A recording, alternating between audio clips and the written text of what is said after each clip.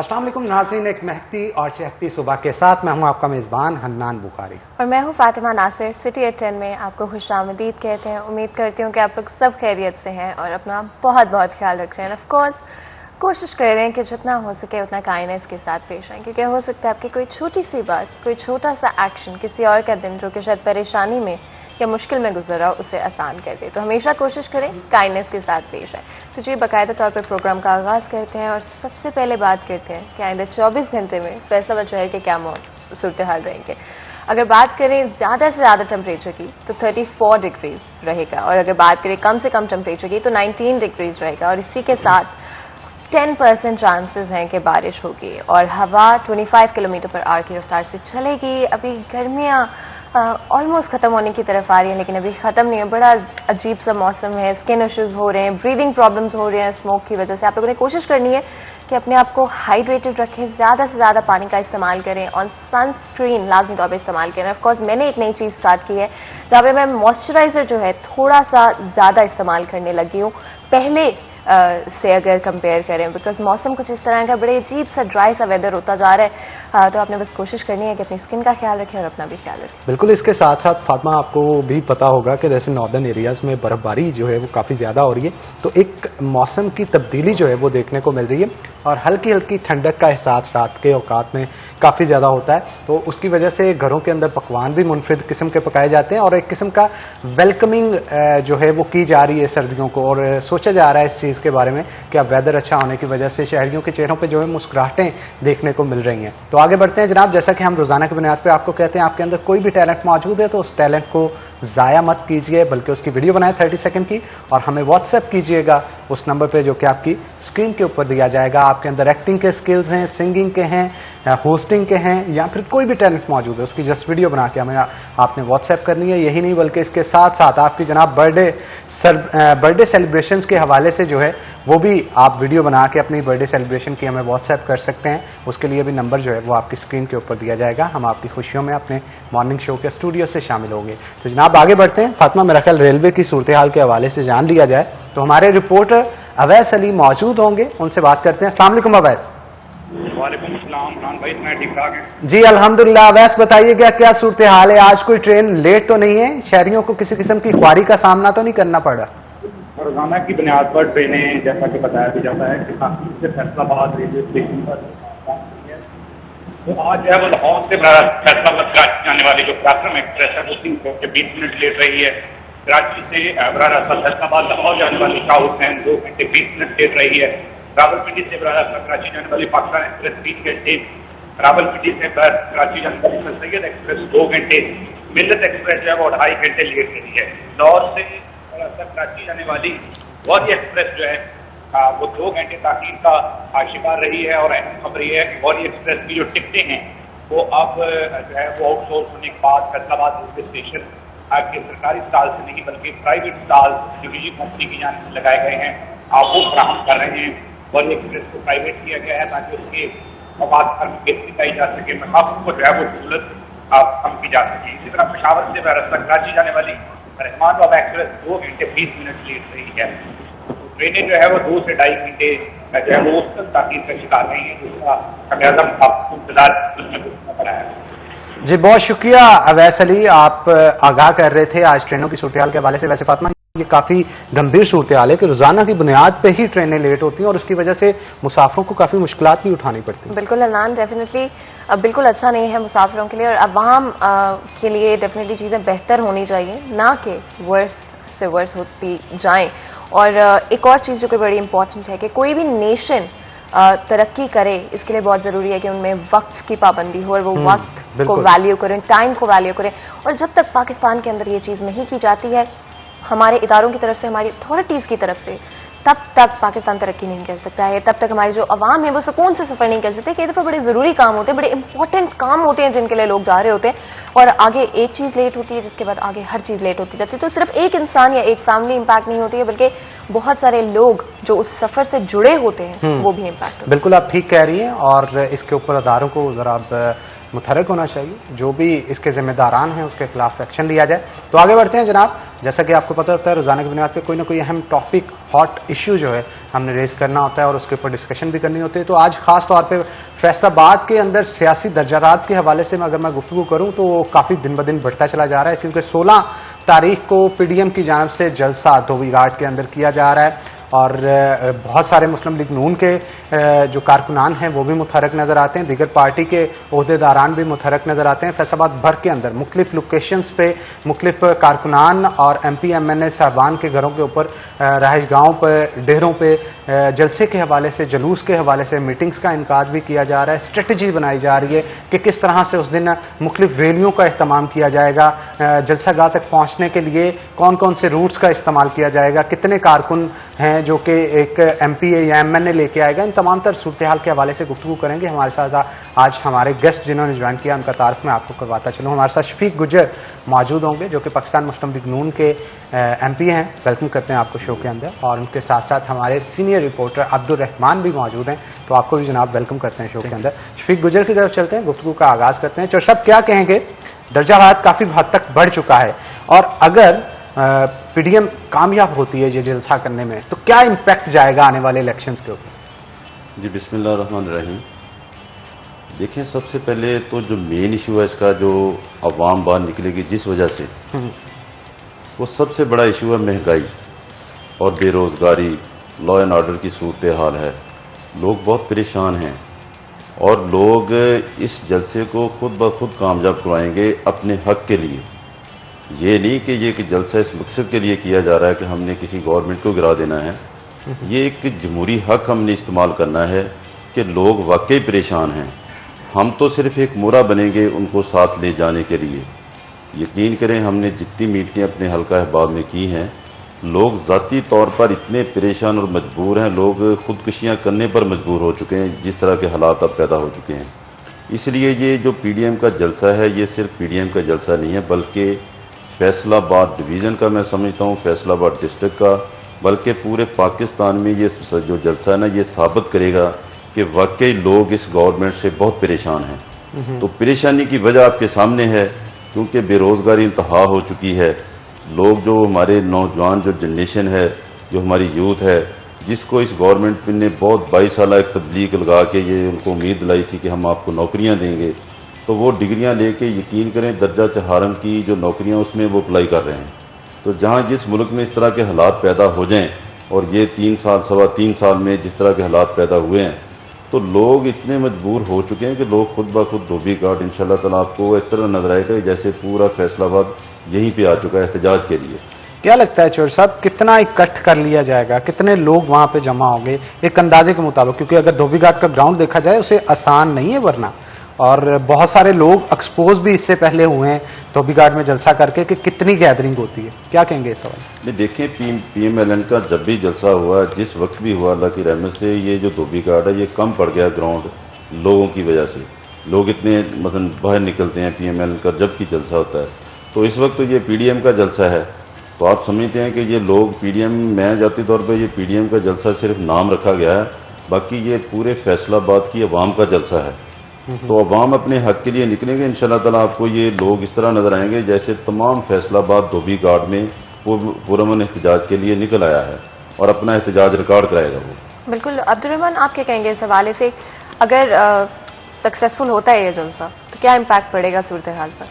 फातिमा, देखिए, जलसा कोई भी कामयाब या नाकाम उस सेंस में नहीं होता। ये PMLN के नज़दीक, PDM के नज़दीक बहुत कामयाब होगा, जबकि जो हुकूमत है वो कहेगी ये नाकाम हो गए। जैसे कि लाहौर में आखिरी जलसा PDM का हुआ था, अच्छी खासी पब्लिक थी, लेकिन जो हुकूमत ने उसे नाकाम कहा और जो अपोजिशन है उसने कामयाब कहा। तो जो इम्पैक्ट है वो इतनी जल्दी नहीं पड़ने वाला। ये PDM को 50 से ज़ायद जलसे डिसाइड कर चुकी है जब तक ये 2 सालों में। देखिए, तय किया गया है कि हुकूमत जो है वो 5 साल पूरे करेगी। कोई तरीका नहीं है कि जलसों के ज़रिए हुकूमत को गिराया जाए। उनको प्रेशराइज़ किया जा सकता है, जिस तरह से कीमतें बढ़ी। चौधरी साहब ने कहा है कि अवाम तंग आ चुके हैं। पेट्रोलियम प्रोडक्ट्स, बिजली के बिल्स अभी देख लें, मौसम खासा बेहतर हो चुका है, लेकिन जो अभी भी बिल्स आ रहे हैं लोगों के, वो चीखें निकलवा रहे हैं उनकी। अभी भी यूनिट कम होने का नाम नहीं ले रहे। कुछ रीडिंग्स इस तरह से की जा रही हैं कि इसमें जो 4 से 5 दिन बढ़ा दिए जाते हैं, जिसकी वजह से जो स्लैब है वो चेंज हो जाता है। ये कई तरह के मसाइल है। जिनकी वजह से अवाम वो है सड़कों पर आने के लिए तैयार हैं, तो उनको एक तरह से जलसों में लाकर उनका एहतजाज रिकॉर्ड किया जा रहा है। अपोजिशन अपनी ताकत का इजहार करना चाह रही है, क्योंकि कुछ ऐसे डिसीजन होने जा रहे हैं जो कि शायद अपोजिशन के हक में ना हों। जिस तरह से कहा जाता है कि शहबाज शरीफ को नाअहल करवाया जाएगा, उनके खिलाफ जो केसेस चलाए जा रहे हैं, इसी तरह से नैब चेयरमैन की एक्सटेंशन के हवाले से मामला बने हुए हैं, तो ये अपोजिशन के लिए सबसे बेस्ट मौका है। मौसम भी है, क्योंकि जो टेम्परेचर है वो खासा नीचे गिर चुका है, तो ये ज़रूरी है कि जो सियासी दर्जा हरारत है वो बढ़ाया जाए। तो अभी इनके लिए अपनी ताकत के इजहार का सबसे बेहतरीन मौका, बेहतरीन टाइमिंग है कि भरपूर ताकत के साथ सामने आए, असम्बली में अपनी जो भरपूर ताकत है इस्तेमाल करें। कोई भी ऐसी जो लिटिगेशन है, कोई भी ऐसे मामला, कोई भी ऐसा ना होने दें जिसकी वजह से इनको नुकसान हो। क्योंकि देखिए, अगर कोई भी लेजिस्लेशन में इनको नुकसान होता है, कोई भी ऐसे बिल्स पास हो जाते हैं कि जिसमें एक्सटेंशन हो जाती है, जो ईवीएम मशीनों का मामला बना हुआ है कि इलेक्ट्रॉनिक वोटिंग मशीनों के ज़रिए वोट डाले जाएंगे, तो ये सारी चीज़ें वो है जिनसे अपोजिशन को लग रहा है कि इनको आगे अगले इलेक्शन में भी हराने की प्लानिंग हो रही है। अब्दुर्रहमान, ये बताइएगा कि इस जलसे के अंदर कौन सी बड़ी शख्सियात मुतवक्का हैं और स्टेट सेक्रेटरी कौन होंगे यहाँ पे? हनान, ये बेसिकली जमीयत अहले हदीस का जलसा कहा जा रहा है। कन्वीनियर जलसा बनाए गए हैं काशिफ नवाज रंधावा, जो कि नाज़िम आला सियासी उमूर है जमीयत अहले हदीस के। इसमें यह भी तय किया गया था कि जो भी किसी भी पार्टी के जब सरबराह को कॉल की जाएगी, तो उसमें उस पार्टी का जो अहम ओहदेदार है, सदर हो जाएंगे या सेक्रेटरी, जो भी वो सुजेस्ट करेंगे, वो खुद उन्हें, यानी अभी तक नाम नहीं नॉमिनेट किया गया स्टेट सेक्रेटरी कौन होगा, मतलब वो स्पेसिफिक कोई नहीं। एक तरह से काशिफ नवाज रंधावा यहाँ पर सारे कन्वीनियर कर रहे होंगे, लेकिन जब भी किसी को अनाउंस किया जाएगा तो उसी पार्टी का रहनुमा आके अनाउंस करेगा। मोस्ट प्रोबेबली कौन होगा? शेख एजाज होंगे या फिर? नहीं, वो तो काशिफ नवाज रंधावा है स्टेट सेक्रेटरी, ये तो उनकी जानब से तय कर लिया गया। जैसे आप अभी कह रहे थे कि चेंज किया जाएगा, लेकिन जो ही पीएमएलएन के कोई लोग आएंगे, शेख एजाज साहब भी हो सकते हैं, इसी तरह से दूसरी जमात के आएंगे, मौलाना फजलुर रहमान साहब के आएंगे, मौलाना फजलुर रहमान खिताब के लिए आएंगे, तो उनकी पार्टी के जो यहाँ पर अमीर है वो उन्हें इनवाइट करेंगे। इस तरह से इनकी जानब से प्लान किया गया है कि एक ही पार्टी को सारी जिम्मेदारी ना दी जाए, बल्कि जो जिस तरह से 9 के करीब पार्टीज मौजूद हैं, तो उनके लोग अपने अपने जो सदूर है, जो अपने अपने रहनुमा है, उन्हें बुलाएं। जैसे कि मियाँ मोहम्मद शहबाज शरीफ आते हैं, वो नून लीग वाले उन्हें इन्वाइट करें। इसी तरह से मौलाना आते हैं, जमीयत वाले उन्हें इन्वाइट करें। बाकी जो उनके रहनुमा आते हैं उन्हें इसी हिसाब से जो है वो इन्वाइट किया जाए। तो ये तवक्कुह ज़ाहिर की जा रही है मौलाना फजलुर रहमान यहाँ पर शरीक होंगे।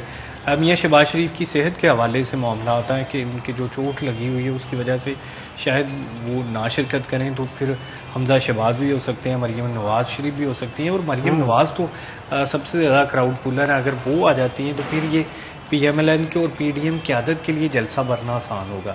ये आखिरी हफ्ता चल रहा है, आज 11 तारीख हो गई है, 1-2 दिन में ये भी डिसाइड हो जाएगा कि कौन कौन आ रहा है, कौन कौन नहीं आ रहा, और किस तरह से इसको कामयाब बनाना है। क्योंकि देखिए, राना सनाउल्लाह साहब ने प्रेस कॉन्फ्रेंस की सैटरडे को, उन्होंने कहा कि ये आप तमाम पार्लियामेंटेरियन जो अपनी जितनी भी जिम्मेदारी हैं वो सारी की सारी इधर ही रखें, फैसलाबाद में मीटिंग्स करें। और ये तकरीबन पिछले 1 हफ्ते से मीटिंग्स का सिलसिला चल भी रहा है। प्रेस कॉन्फ्रेंसेस, मीटिंग्स एमपीएमएनएस के डेरों पर हो रही हैं, तैयारियों का सिलसिला जारी है। मकसद यही है कि ज़्यादा से ज़्यादा लोग जो है वो इधर इकट्ठे किए जाएँ। चर साहब, आप क्या कहेंगे, क्या जिम्मेदारियां सौंपी गई हैं बतौर एमपीए और एमएनए कि कितने कितने कारकुनान हैं जो कि लेके आपने रैली की शक्ल में जलसागाह के अंदर, पंडाल के अंदर पहुंच रहे हैं? देखिए जी, जिम्मेदारियां तो सीधी सी बात है, ये मुतलका जो एमपीएज है, हल्का अहबाब से लोगों को लेके जाने की जिम्मेदारी उनकी होती है।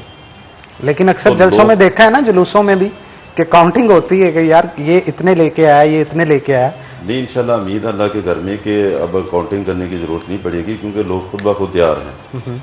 अभी हम उनको लेके नहीं आएंगे, बल्कि हमें वो लेके आएंगे। मैं समझता हूँ जिस तरह के हालात पैदा हो चुके हैं ना, हमने सिर्फ उनको कन्वीनियंस वगैरह जो भी हमारी जो मसलन उनकी मेन ज़रूरियत, हमने उसको पूरा करना है। बाकी लोग तैयार हैं, क्योंकि हर आदमी जो मसलन हमसे ज़्यादा जो कारकुन ऐसे भी लोग मौजूद हैं जो पार्टी से ज़्यादा मुखलस हैं, उनके पास सिर्फ कन्वीनियंस नहीं है, वो जाना चाहते हैं। हम इंशाल्लाह ताला उनको कन्वीनियंस वगैरह देंगे और लोग वाज़े तादाद में जाएंगे। अभी तक तो हमारी जितनी मीटिंग्स हुई हैं उसमें तकरीबन 1000, 1200, 500 के करीब जो डिस्ट्रिक्ट की तरफ से, जो रूरल एरिया उसकी तरफ लगाया गया है। लेकिन अल्लाह की रहमत से लोग ज़्यादा आएंगे इंशाल्लाह ताला, 1000, 1200, 1500 तकरीबन हर एमपी एमएनए लोग लेके आएंगे उनको। बिल्कुल, और एब्सोल्युटली इम्पॉर्टेंट है ये जलसा फैसलाबाद के लिहाज से। नून लीग का हमेशा से दावा रहा है कि फैसलाबाद बहुत ही इम्पोर्टेंट है उनके लिए वोटर्स के हवाले से, तो जी, इस बिल्कुल ये फैसलाबाद नूनी का गढ़ है जी। इंशाल्लाह ताला ये साबित भी होगा। और बाकी हमारी तमाम जमातें जो हमारे साथ है, ये पीडीएम का जलसा है, तो उसमें शिरकत हर आदमी का करना फ़र्ज है। ये लाजमी नहीं कि ये पीडीएम ने ही जाना है, एहतजाज पीडीएम का ही है। ये पुरअमन एहतजाज जो है, ये हमने जो रिकॉर्ड कराना है, ये एक मकसद है इसका, और मकसद सिर्फ यही है कि इसको हमने अपने मुल्क को बचाना है। जिस तरह के हालात पैदा हो चुके हैं, इसका मकसद ये नहीं है कि इक़्तिदार किसने लेना है, इक़्तिदार तो अवाम ने देना है और आने वाले इलेक्शन में वोट देंगे। और यही मियां नवाज शरीफ साहब का मेन जो विज़न है कि वोट को इज्जत दो देने का मकसद ये नहीं है कि हमें वोट दें। वोट जिसको भी दिया जाए, कम से कम बैलेट बॉक्स में जो वोट जाए वो वोट निकले, जिसके हक में वोट है उसको निकले और वही जीत, उसका जीत का ऐलान हो। तो ये इसका मेन मिशन है। इंशाअल्लाह ताला इसमें बहुत सारी कामयाबी हुई है और मज़ीद हम इस चीज़ पे कायम हैं। कायद के जो भी विज़न है कायद का, पाकिस्तान के हवाले से, पाकिस्तान की अवाम के हवाले से, इंशाअल्लाह ताला हम PMLN के सिपाही उनके साथ हैं। बिल्कुल। और नेक्स्ट बिल्कुल। और अब्दुल रहमान भी हमारे साथ मौजूद हैं, उनसे भी गुफ्तगू का आगाज करते हैं। अब्दुल रहमान, ये बताइएगा, बहुत सारे MP MNAs मीटिंग कर रहे हैं, बहुत सारी गुफ्तगू हो रही है, सियासी गर्मा गर्मी नजर आ रही, शेर अली नजर नहीं आ रहे। शेर अली के हवाले से बताइए। ना, नहीं तो उनकी सेहत का बड़ा मसला है। उनकी एज भी जो 80+ हो चुकी है, सेहत को शदीद जो मसाइल हैं, अभी जो लाहौर में रिसेंट मीटिंग हुई है वहाँ पर भी बीमार हो गए थे, हॉस्पिटल में एडमिट रहे हैं, इधर भी एडमिट रहे हैं, तो उनकी सेहत के हवाले से बड़ा मसला है। लेकिन फिर भी उन्होंने कुछ मीटिंग्स की हैं, लेकिन उस तरह से एक्टिव रोल नहीं प्ले कर सकते जिस तरह से यंग लोग कर रहे हैं। ये एक बहरहाल मसला है। दूसरा, अबद शेर अली भी यहाँ पर नहीं है। ताहिर जमील के हवाले से मियां ताहिर जमील मौजूद है, उनसे मेरी बात हुई थी, वो जलसे में भरपूर शिरकत के हवाले से पूरी उम्मीद है, आएंगे भी जलसे के साथ, लेकिन वो अपने अलहदा ग्रुप के साथ आएंगे जिसमें चौधरी शेर अली तो क़यादत नहीं करेंगे सेहत की वजह से। मियां ताहिर जमील जो है वो जलसा के साथ, यहाँ पर रैली के साथ जलसा में ज़रूर शिरकत करेंगे, क्योंकि इस सिलसिले में पार्टी क़यादत की उनसे बात भी हुई थी। चौधरी शेर अली को ज़िम्मेदारियाँ भी दी गई हैं कि ये तमाम जलसे जुलूस कामयाब बनाए जाएं, तंजीम साजी के हवाले से भी जो रिजर्वेशन है वो दूर किए जाएं। तो अभी जो माजी वाली बात है वो शायद ना हो, लेकिन अगर अबद शेर अली यहाँ पर होते तो फिर ज़्यादा जो सूरत-ए-हाल मुख्तलिफ होनी। एग्जैक्टली। फिर जो देखेंगे, मरीम नवाज जब लास्ट टाइम इधर धोबी घाट में आई थी तब भी अबद शेर अली इधर मौजूद थे, लेकिन वो स्टेज पर नहीं आए थे, बल्कि एग्जैक्टली पंडाल में मौजूद रहे थे, वो स्टेज और पर मुखातब भी किया गया था उनको कि आबद मैं तुम्हें देख रही हूँ। वो जिस तरह से तालियां बजा रहे थे और हल्ला गुल्ला कर रहे थे ग्राउंड में रह के, तो मेरा ख्याल है इस चीज़ की कमी महसूस की जाएगी इस दफ़ा। एग्जैक्टली की जाएगी, क्योंकि जिस तरह से वो मतलब खिताब करते हैं मुदासर को, उन लोग उन्हें सुनना चाहते हैं, बड़ा अच्छा बोलते हैं, तो ये बहरहाल उनकी कमी भी रहेगी। एक हल्के की अगर एक ग्रुप की ना बात करें, सिर्फ एक हल्के की करें, तो उनके हल्के से अगर कोई 4-5 हज़ार लोग आ सकते हैं तो वो भी, ये तो मसला बहरहाल मौजूद रहेगा। बिल्कुल, इस पर मजीद भी गुफ्तगू करेंगे, लेकिन एक छोटी सी ब्रेक के बाद। तो यहाँ पे नाज़रीन एक ब्रेक लेंगे, ब्रेक के बाद दोबारा हाजिर होते हैं। कहीं मत जाइएगा, हमारे साथ रहिएगा।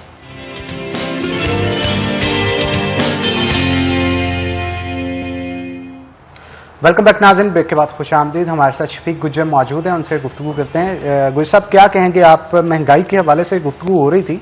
एशिया खुरोनोश की कीमतें तो काफ़ी हद तक बढ़ गई हैं, लेकिन आजकल हर ज़बान ज़दे आम जो चीज़ देखने को मिल रही है वो पेट्रोल की कीमतें हैं।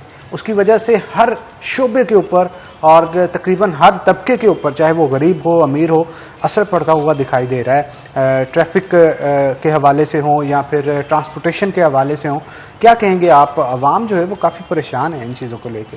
देखिए, पेट्रोलियम मसनूआत बढ़ने से आप भी समझते हैं कि तमाम मसनूआत पे फ़र्क पड़ता है। इसमें ट्रांसपोर्ट पे फ़र्क पड़ता है, इसमें जितनी हमारी वो जो सब्ज़ मंडी है जहाँ पे सब्जियाँ वगैरह आती हैं, वहाँ पे ट्रांसपोर्ट के ज़रिए आती हैं, उसमें फ़र्क पड़ता है। फिर उससे आगे जो ट्रांसपोर्ट होती है उसमें फ़र्क पड़ता है। इस तरह की चीज़ें जो है, क्योंकि पेट्रोलियम के साथ तकरीबन मैं समझता हूँ 90% जो चीज़ें हैं ना उसका रेट बढ़ जाता है। और दूसरी चीज़ है, जो हमारे तकरीबन जो हमारा तबका है जो छोटी सवारी इस्तेमाल करता है, जिसने अपने ऑफिस जाना होता है या कहीं मजदूरी करने के लिए जाना होता है, उसके लिए वो मजदूरी तो वही है, मजदूरी में तो रेट नहीं बढ़ा, लेकिन जब उसको किराया देना पड़ता है तो मैं समझता हूँ बेचारा वो नुकसान में जा रहा है। उसके घर का काम भी नहीं चलता, उसके घर का चूल्हा भी नहीं चलता।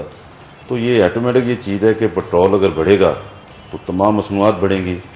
तो ये बहुत बड़ा ज़्यादती हो रही है, क्योंकि पेट्रोल के साथ मैं समझता हूँ जितना इन्होंने बढ़ा दिया है, ये तो आम आदमी तो क्या, जो ख़ास आमद आदमी है वो भी मैं समझता हूँ कि वो भी इस्तेमाल करने के काबिल नहीं भी रहा।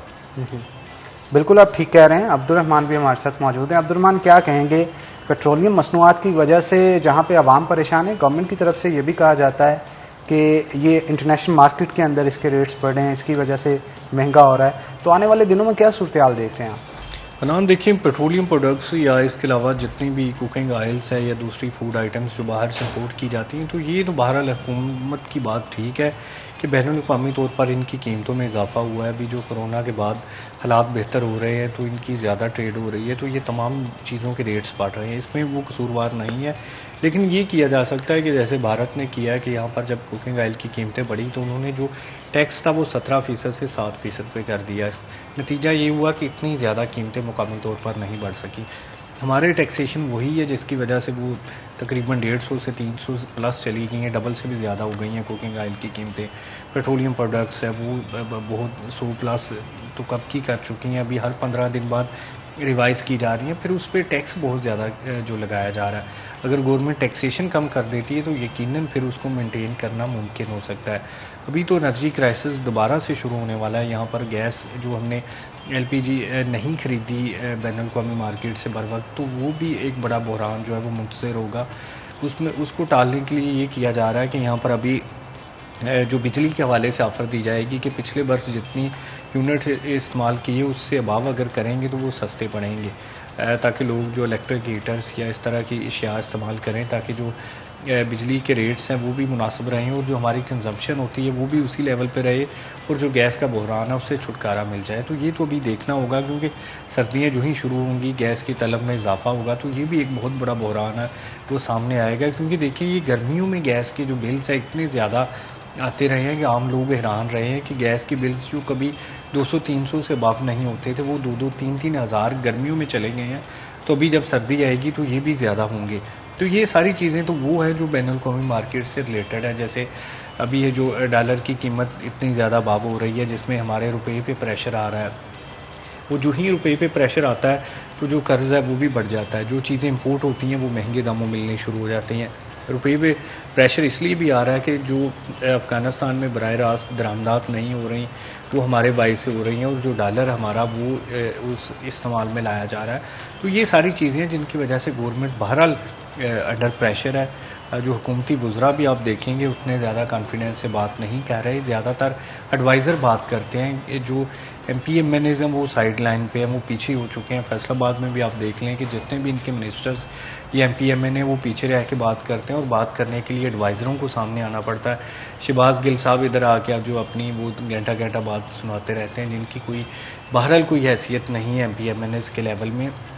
जो MPMNs हैं वो तो नाराज़ होकर घरों में बैठे हुए हैं। राजा रियाज अहमद साहब कोई बात नहीं करते। फैज़ का मौका देख लें कहाँ नज़र नहीं आते। इसके अलावा शेख खुर्रम शहजाद तो बिल्कुल ही गायब हैं।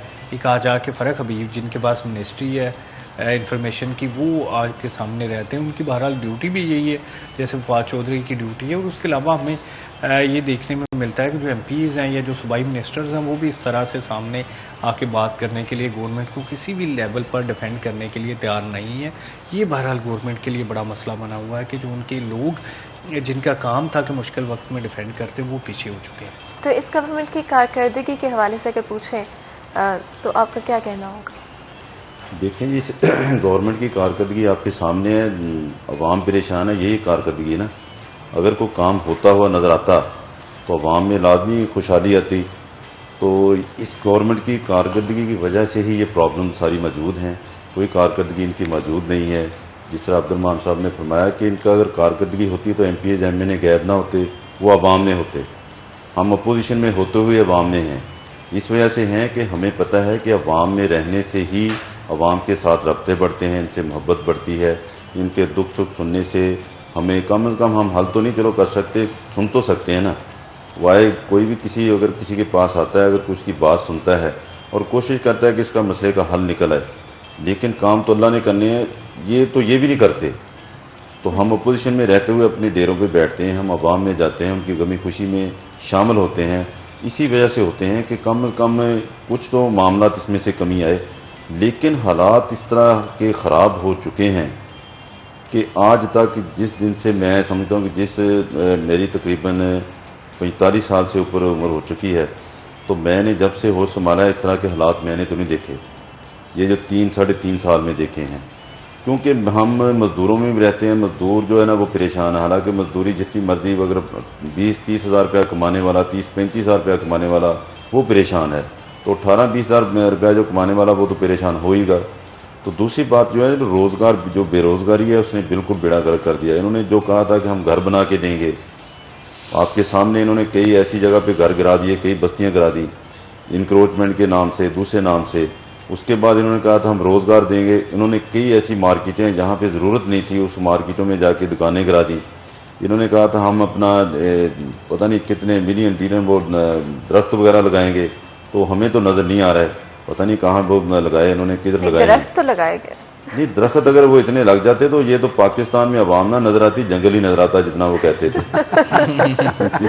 तो पीएमएलएन की स्ट्रैटेजी की अगर बात करें, नेक्स्ट इलेक्शंस में अगर जीतते हैं तो क्या मुख्तलिफ होगा आवाम के? देखें जी, जिस तरह के हालात पैदा हो चुके हैं, मैं सच्ची बात करूंगा तो इसको कंट्रोल करना तो वाकई मुश्किल है। तो पहला एजेंडा होगा कंट्रोल करना। तो इंशाल्लाह पहला एजेंडा तो यही कि इसको हम कंट्रोल कर लें, तो ये हमारे लिए बहुत बड़ा चैलेंज है। अच्छा। तो इंशाल्लाह ताला हमारी जो क़यादत है इसमें ये विज़न मौजूद है। जिस तरह के मियाँ शबाशी साहब हैं, उन्होंने पंजाब में जिस तरह काम किया, और ये जो कोरोना था, यकीन करें ये चलो वबा तो थी, एक बीमारी आई थी कुदरत की तरफ से, है जिस तरह मर्जी समझ लें इसको, लेकिन अगर ये इस दौर में मियाँ शबाज शरीफ वज़ीर आला होता, जिस तरह डेंगू पे कंट्रोल किया था, तो मेरा ख्याल है कि 5-6 माह बाद ही इसने कंट्रोल कर लेना था। डेंगू की सूरत हाल भी बहुत खराब होते हैं नजर। तो अभी खराब हुई है ना, तो हमने तो पूरी कंट्रोल कर ली थी। इन्होंने वो जो हमारे जो बनाई हुई जो कमेटियाँ हैं, जो यूनियन काउंसिल लेवल पे हमने जो जितने भी वो हमारे भर्ती किए हुए लोग हैं उनको इस्तेमाल नहीं कर रहे, वो घरों में बैठे हैं, इधर उधर बैठे हैं, वो उनको किसी और ड्यूटी पे लगा दिया है। तो मियाँ शबाज शरीफ साहब ने तो यकीन करें यूनियन काउंसिल की सतह पर इस तरह की ड्यूटियाँ लगा दी थी कि डेंगू बिल्कुल मेरा हाल 6-7 माह में ख़त्म हो गया था। तो अभी दोबारा सिर्फ यही इसी वजह से वो सर उठा रहा है कि ये उसमें वो काम नहीं कर रहे। उसमें क्या काम करना है, ये किसी शोबे में भी काम नहीं कर रहे, बस ये बातें यू टर्न लेना और कोई बात नहीं। इसके इनके अलावा सिर्फ तकरीरें हैं, और किसी भी बात पे इनकी क़यादत जो यू टर्न लेती है तो समझ लें कि उसका वो ना उल्टा ही होगा काम जो भी होगा। अच्छा, क्या कहेंगे आप? कहा जाता है अक्सर कि जब गवर्नमेंट अगर पाकिस्तान तहरीक इंसाफ की है तो नून लीग या किसी और जमात के MP MNA के थ्रू बजट नहीं लगाया जाता। आप भी MP हैं, क्या आपके साथ भी ये सूरत पेश आ रही? देखिए, बिल्कुल ये तो 100% बात हकीकत है कि हमारे हलकों में बिल्कुल बजट लगाना तो दूर की बात है। हमारे हलकों में वो कोशिश करते हैं कि जो नून लीग के कारकुन हैं, जो जिन्होंने मुखालिफ वोट दिया है, उन पे FIR देने की कोशिश करते हैं, उनको दबाने की कोशिश करते हैं, उनको हीले बहाने से किसी न किसी बहाने से उनको तंग करने की कोशिश करते हैं। सफाई के हवाले से सफाई नहीं उस हल्के में होने देते। दूसरा सीवर का निज़ाम है वो तबाह हो चुका है। तो ये जो हालांकि ये एक अवाम का हक है, ये किसी MPA या MNA का बजट नहीं होता, बल्कि ये पाकिस्तान का बजट है, पाकिस्तान की अवाम का बजट है, और हर उस जगह पे लगना चाहिए जिस जगह पे ज़रूरत है। तो उन्होंने अगर हमें वोट दिए हैं तो कम से कम उनको भी लोगों ने वोट दिए हैं ना। ये तो नहीं कि जिस हल्के से PMLN का जीता है या उनके पोजीशन में कोई भी जीता है तो उस हल्के में बजट नहीं लगाना। तो इस तरह वो उन्होंने भी वोट उधर से लिए हैं, तो इस तरह तो ये अवाम के साथ जाती है। हमारे साथ तो चलो जो भी है हम उसको सर्वाइव करेंगे, लेकिन अवाम के साथ जाती है। मज़ीद इससे नफरत पैदा होती है, क्योंकि अवाम का हक है जो डिस्ट्रिक्ट का बजट है वो लगना, उस गलियों में जहाँ पे PCC की ज़रूरत है, जहाँ पे साफ सड़कों की ज़रूरत है, जहाँ पे सीवरेज की ज़रूरत है, पानी की ज़रूरत है। तो अभी आप जिस भी हल्के में चले जाएं, हमारे बने हुए हल्के हैं वो तबाह हो चुके हैं ये 3 साल में, क्योंकि जहाँ पे सफाई नहीं होगी तो ऑटोमेटिक वो ख़राब हो जाएगा हल्का, जहाँ पे मेंटेनेंस नहीं होगी तो वो सड़कें ख़राब हो जाएंगी, जहाँ पे सीवर का निज़ाम जो है वो कम से कम उसको 6 माह बाद, 4 माह बाद, 3 माह बाद सफाई की ज़रूरत पड़ती है। तो मैं समझता हूँ कि हमने ज़ाती तौर पर देखा है तकरीबन 3 साल, 3.25 साल हो चुके हैं, अभी तक हमने कोई मैकेनिकल या दूसरी तीसरी सफाई कहीं पर नज़र नहीं हमें आई। अगर कहीं पे नज़र आती है तो वो इंडस्ट्रियल एरिया में है, वो भी इंडस्ट्री वाले खुद उनको पैसे दे के पे करके वो मशीनें लगवा के मैकेनिकल उधर सफाई करवाते हैं सिर्फ अपनी ज़रूरत के तहत, वरना गली मोहल्लों में जो मेन लाइनें हैं उस पर कहीं पे भी सफाई हमें नज़र नहीं आती। वैसे सेंट्री वर्कर्स के हवाले से क्या कहेंगे? जब से बल्दियाती नुमाइंदों को हटाया गया, डिसीट किया गया था, उसके बाद ये देखने में आया कि सेंट्री वर्कर्स हल्कों के अंदर उस तरह से काम करते नज़र नहीं आते जिस तरह से पहले सूरत हाल थी। उसकी वजह से गंदगी काफ़ी बढ़ती चली जा रही है। मैंने यही फरमाया ना कि ये जो सेंट्री वर्कर हैं, जो हमारे सफाई वाले दूसरे वर्कर्स हैं, सीवर मैन होते हैं, ये नज़र नहीं आते। पहले MPs MNA कम से कम जो हमारे चेयरमैन थे, जो हमारे नाज़िम थे, जो हमारे काउंसलर थे और कारकुन हमारे थे, वो अगर गली मोहल्लों में से शिकायत करते थे, कम से कम उनको रिक्वेस्ट करके हम ज़ाती तौर पे जो MD साहब हैं या जो भी उधर का इंचार्ज होता था, तो वो उनको नज़र आते थे। उनकी वो निगरानी में बाकायदा सफाई भी होती थी, उनकी निगरानी में बाकायदा वो सीवर का निज़ाम वो भी बेहतर चल रहा था। जहाँ पे ज़रूरत थी नई सीवर लाइनें वगैरह भी डर रही थी। तो इस तरह जब तक आप चेक एंड बैलेंस नहीं रखेंगे उस वक्त कोई भी काम नहीं करेगा। आपके कहने का मकसद है कि अब उन शिकायतों का अजाला नहीं किया जाता? बिल्कुल नहीं किया जाता। और ब्यूरोक्रेसी भी आपकी बात नहीं सुनती शहर फैसलाबाद? मैं समझता हूँ वो कहते नहीं, हमारी सुनती नहीं। जो इक़्तिदार में है वो उनको कहते नहीं कोई भी काम। लेकिन आपने कभी शिकायत नहीं की? क्योंकि हम तो शिकायत करते हैं। हम अगर हमारा तो फर्ज ही ये है कि अगर हमारे पास कोई आदमी आता है तो हम शिकायत करते हैं उनको, और शिकायत करने के बाद कहीं ना कहीं तल्लुक की बेस पे वो सुनी जाती है, कहीं पे नहीं सुनी जाती। बिल्कुल आप ठीक कह रहे हैं, इस पे मजीद भी गुफ्तगू करेंगे, लेकिन एक छोटी सी ब्रेक के बाद, क्योंकि ब्रेक का वक्त हो गया। तो नाज़रीन यहाँ पे एक ब्रेक लेंगे, ब्रेक के बाद दोबारा हाजिर होते हैं। कहीं मत जाइएगा, हमारे साथ रहिएगा।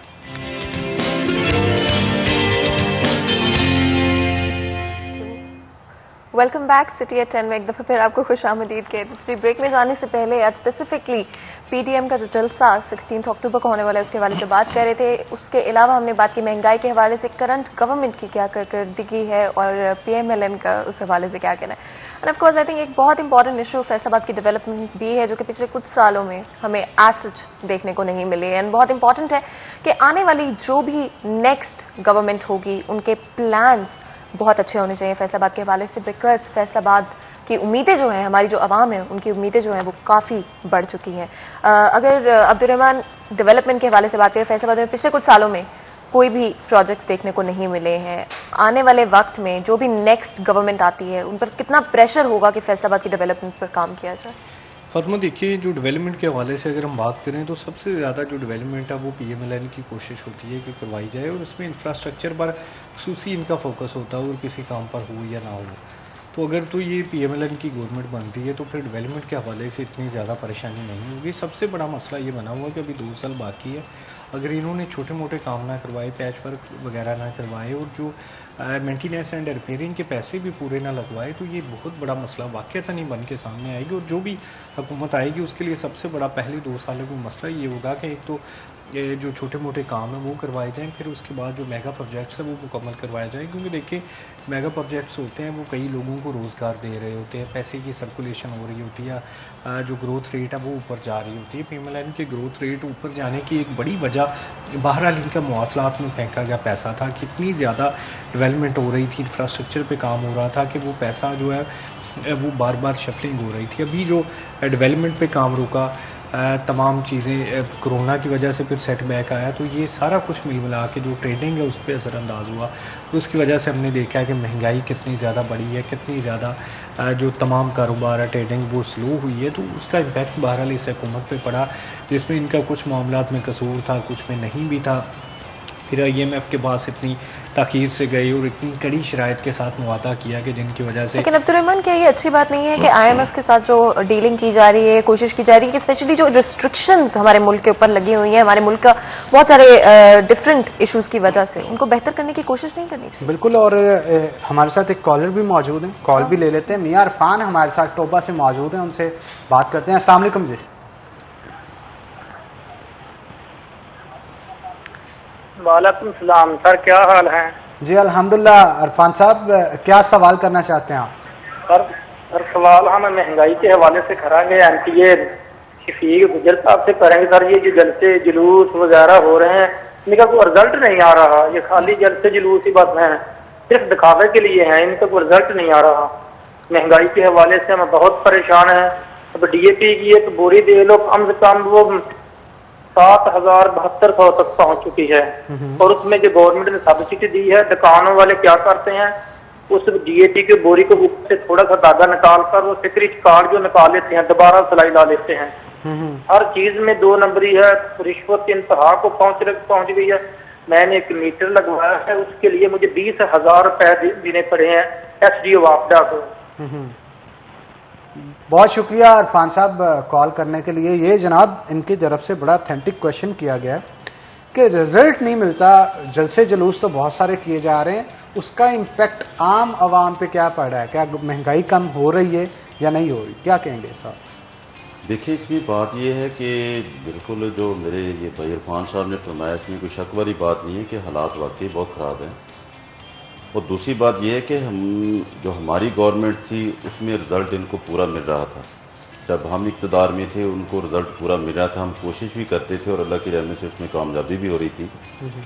तो अभी हम हैं अपोजिशन में, तो अपोजिशन में हम एहतजाज कर सकते हैं, हम पुरअमन एहतजाज कर सकते हैं, हम दफ्तरों में जाके उनको ये कह सकते हैं। लेकिन असल बात है कि हमारा काम है कोशिश करना, हमारा काम है इनके साथ चलना, एहतजाज करना। कोई भी मसलन काम है उसको हम एहतजाज के ज़रिए सिर्फ ये कि एक रिकॉर्ड करवाना होता है कि हमारी जो अवाम है, जो हमारे लोग हैं वो परेशान हैं, हम उनके साथ मिलकर एहतजाज करते हैं। तो ये रैलियों का और ये जुलूस का और ये जलसों का मकसद सर यही होता है कि पूरी दुनिया को, पूरी अवाम को बावर कराना कि ये जो गवर्नमेंट है, ये नहर है, ये काम नहीं कर सकती, ये काम नहीं कर सकती, इनको ये अपनी गवर्नमेंट को छोड़ देना चाहिए। लेकिन असल जो मकसद है हमारा सिर्फ और सिर्फ यही मकसद होता है ना, अपोजिशन का एहतजाज करने के बाद, अपनी पूरी मेहनत करने के बाद जो रिज़ल्ट है वो वही आता है जो आपके सामने। क्योंकि हम ये गवर्नमेंट को उठा के इधर तो नहीं कर सकते।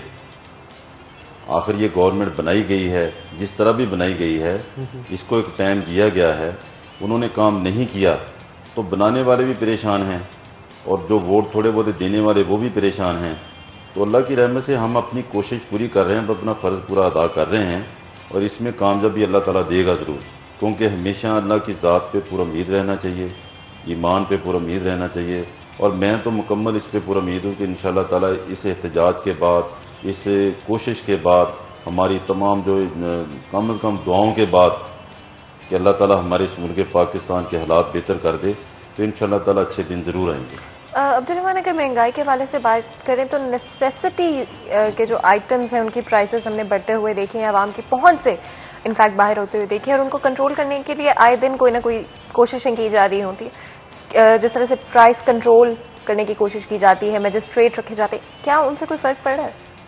फातिमा, देखिए, पहले प्राइस कंट्रोल मजिस्ट्रेट अलग से ये जॉब सर अंजाम देते थे कि उनका काम ही यही होता था मौका पर सजा सुना देना। फिर उसके बाद इख्तियारात तब्दील किए गए, कई तरह की शफलिंग हुई। अभी जो स्टेटस चाह रहा है कि इसमें डिप्टी कमिश्नर की जानब से मुख्तलिफ महकमों के जितने भी ऑफिसर्स हैं उन्हें साथ में प्राइस कंट्रोल मजिस्ट्रेट भी लगाया जाता है। अब उन्होंने अपना काम भी करना है, तो वो फिर जब हुकूमत का प्रेशर आता है तो एक दो दुकानदारों के पास जाते हैं, 5-5 हज़ार का जुर्माना करके वापस आ जाते हैं। उनके पास अपनी ही असाइनमेंट्स बहुत ज़्यादा होती है, स्पेसिफिक ऑफिसर्स नहीं है।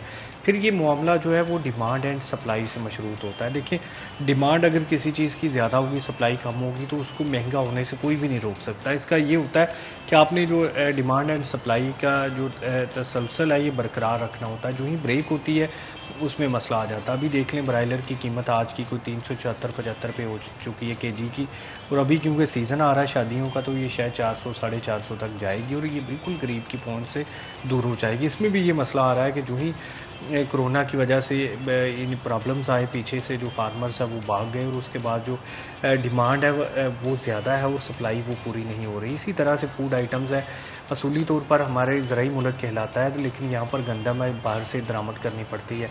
कपास $1 अरब की पिछले वर्ष में बाहर से दरामद करनी पड़ी। इसी तरह से दूसरी आइटम्स, चीनी हमें बहुत ज़्यादा बाहर से दरामद करनी पड़ती है। तो ये एक बड़ा मसला आ जाता है कि जब यहाँ से चीज़ें स्मगल होकर अफ़गानिस्तान के वाय से बाहर जाएंगी, दूसरे ममालिक में जाएंगी, गवर्नमेंट को टैक्स भी नहीं मिलेगा, उल्टा जो हमारे फूड क्राइसिस है वो ज़्यादा बढ़ता जाएगा। तो फिर जितने भी यहाँ पर सेठ है, जितने भी फ्लोर मिल्स के मालकान या ज़रूरी अशिया बेचने वाले लोग हैं, वो स्टॉक करके फिर महंगे दामों बेचते हैं।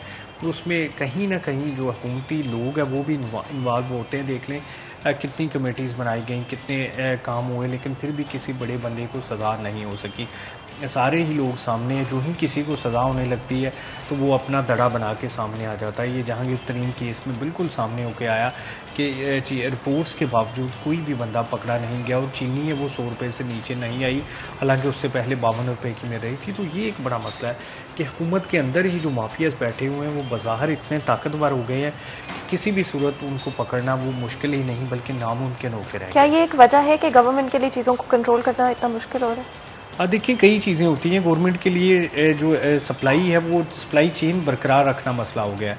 ये शहबाज शरीफ की वाहद कामयाबी, उसको एडमिनिस्ट्रेटर बेहतर थे यही समझी जाती थी। अभी जो इनके पास एडमिनिस्ट्रेटर्स है वो बड़े कमज़ोर हैं और ये एक बड़ी वजह है। बिल्कुल जी, बहुत बहुत शुक्रिया आप दोनों का, बहुत ही अच्छा डिस्कशन रहा। तो जी 16 अक्टूबर को पीडीएम का जलसा होगा और भी बहुत सारे इश्यूज आज के शो में हमने डिस्कस किए। एक बार फिर आप दोनों का बहुत बहुत शुक्रिया, अपने बिजी स्केड्यूल में से वक्त निकाला हमारे सेगमेंट के लिए। जी यहाँ पर एक छोटा सा ब्रेक ले लेते हैं, छोटा सा ब्रेक लेते हैं, ब्रेक के बाद हाजिर होंगे। कहीं मत जाइएगा, हमारे साथ रहिएगा।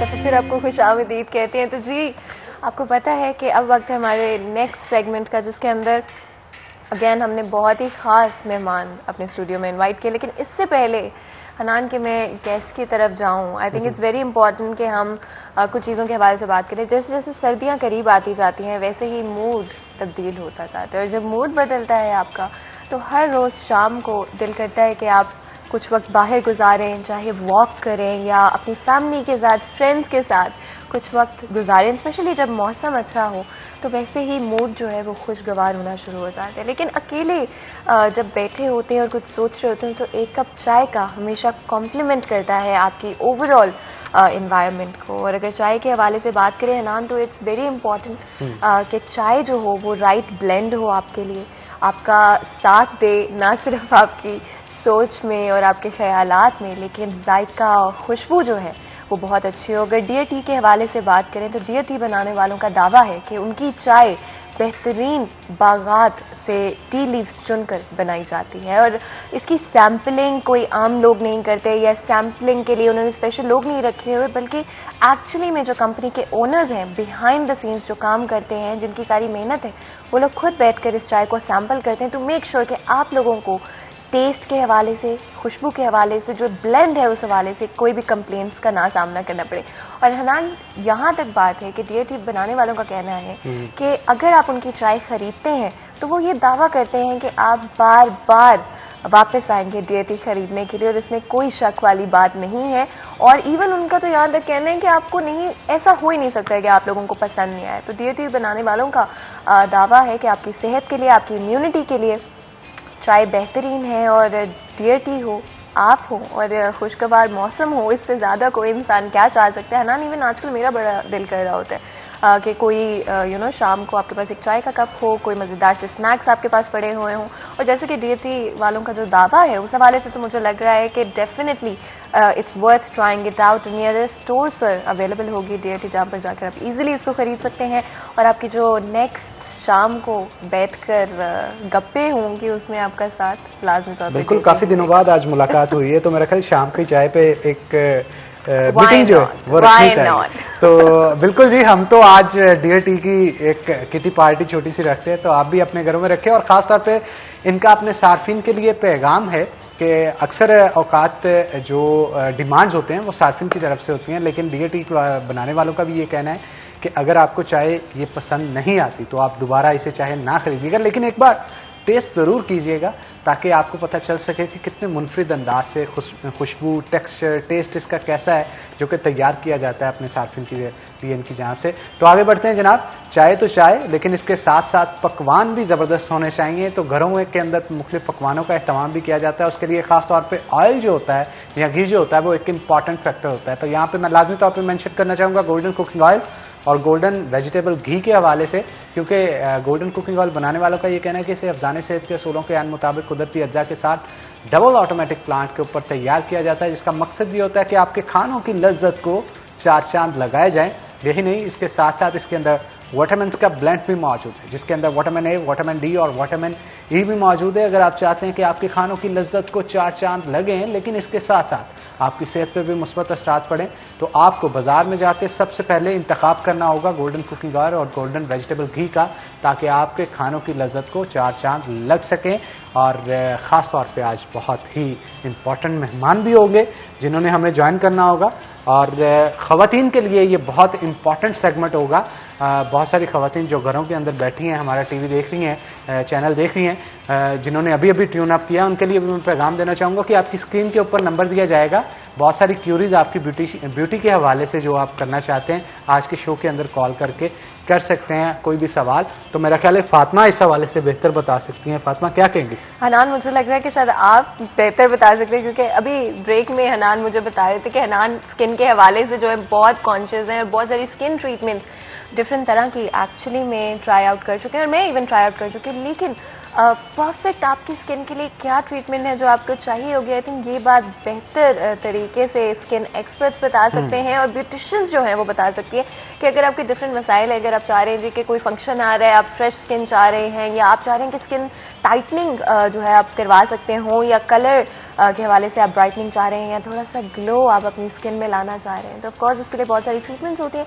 और आज हमने हनान इसीलिए एक बहुत ही खास मेहमान अपने स्टूडियो में इन्वाइट किया है, ब्यूटिशियन है, बेस्ट ब्यूटी एडवाइस दे सकती है। लास्ट टाइम जब भी हमारे शो में आई थी तो इन्होंने बड़े कमाल का हमें जो है मेकअप लुक दिखाई थी, जो कि हम घर पर ऑफ कोर्स अप्लाई कर सकते हैं और ट्राई कर सकते हैं, जिससे काफ़ी आसान हो जाती है चीज़ें। तो मैं इंट्रोडक्शन करवा देती हूँ आपका। अक्सा हमारे साथ मौजूद हैं, ब्यूटिशियन है, बहुत बहुत टैलेंटेड हैं। अपना मेकअप आप जितनी खूबसूरती से करती हैं उतना ही दूसरों का करती है और उतनी ही अच्छी जो है आप स्किन के हवाले से एडवाइस लोगों को देती है। बहुत बहुत शुक्रिया आपने आज हमें ज्वाइन किया।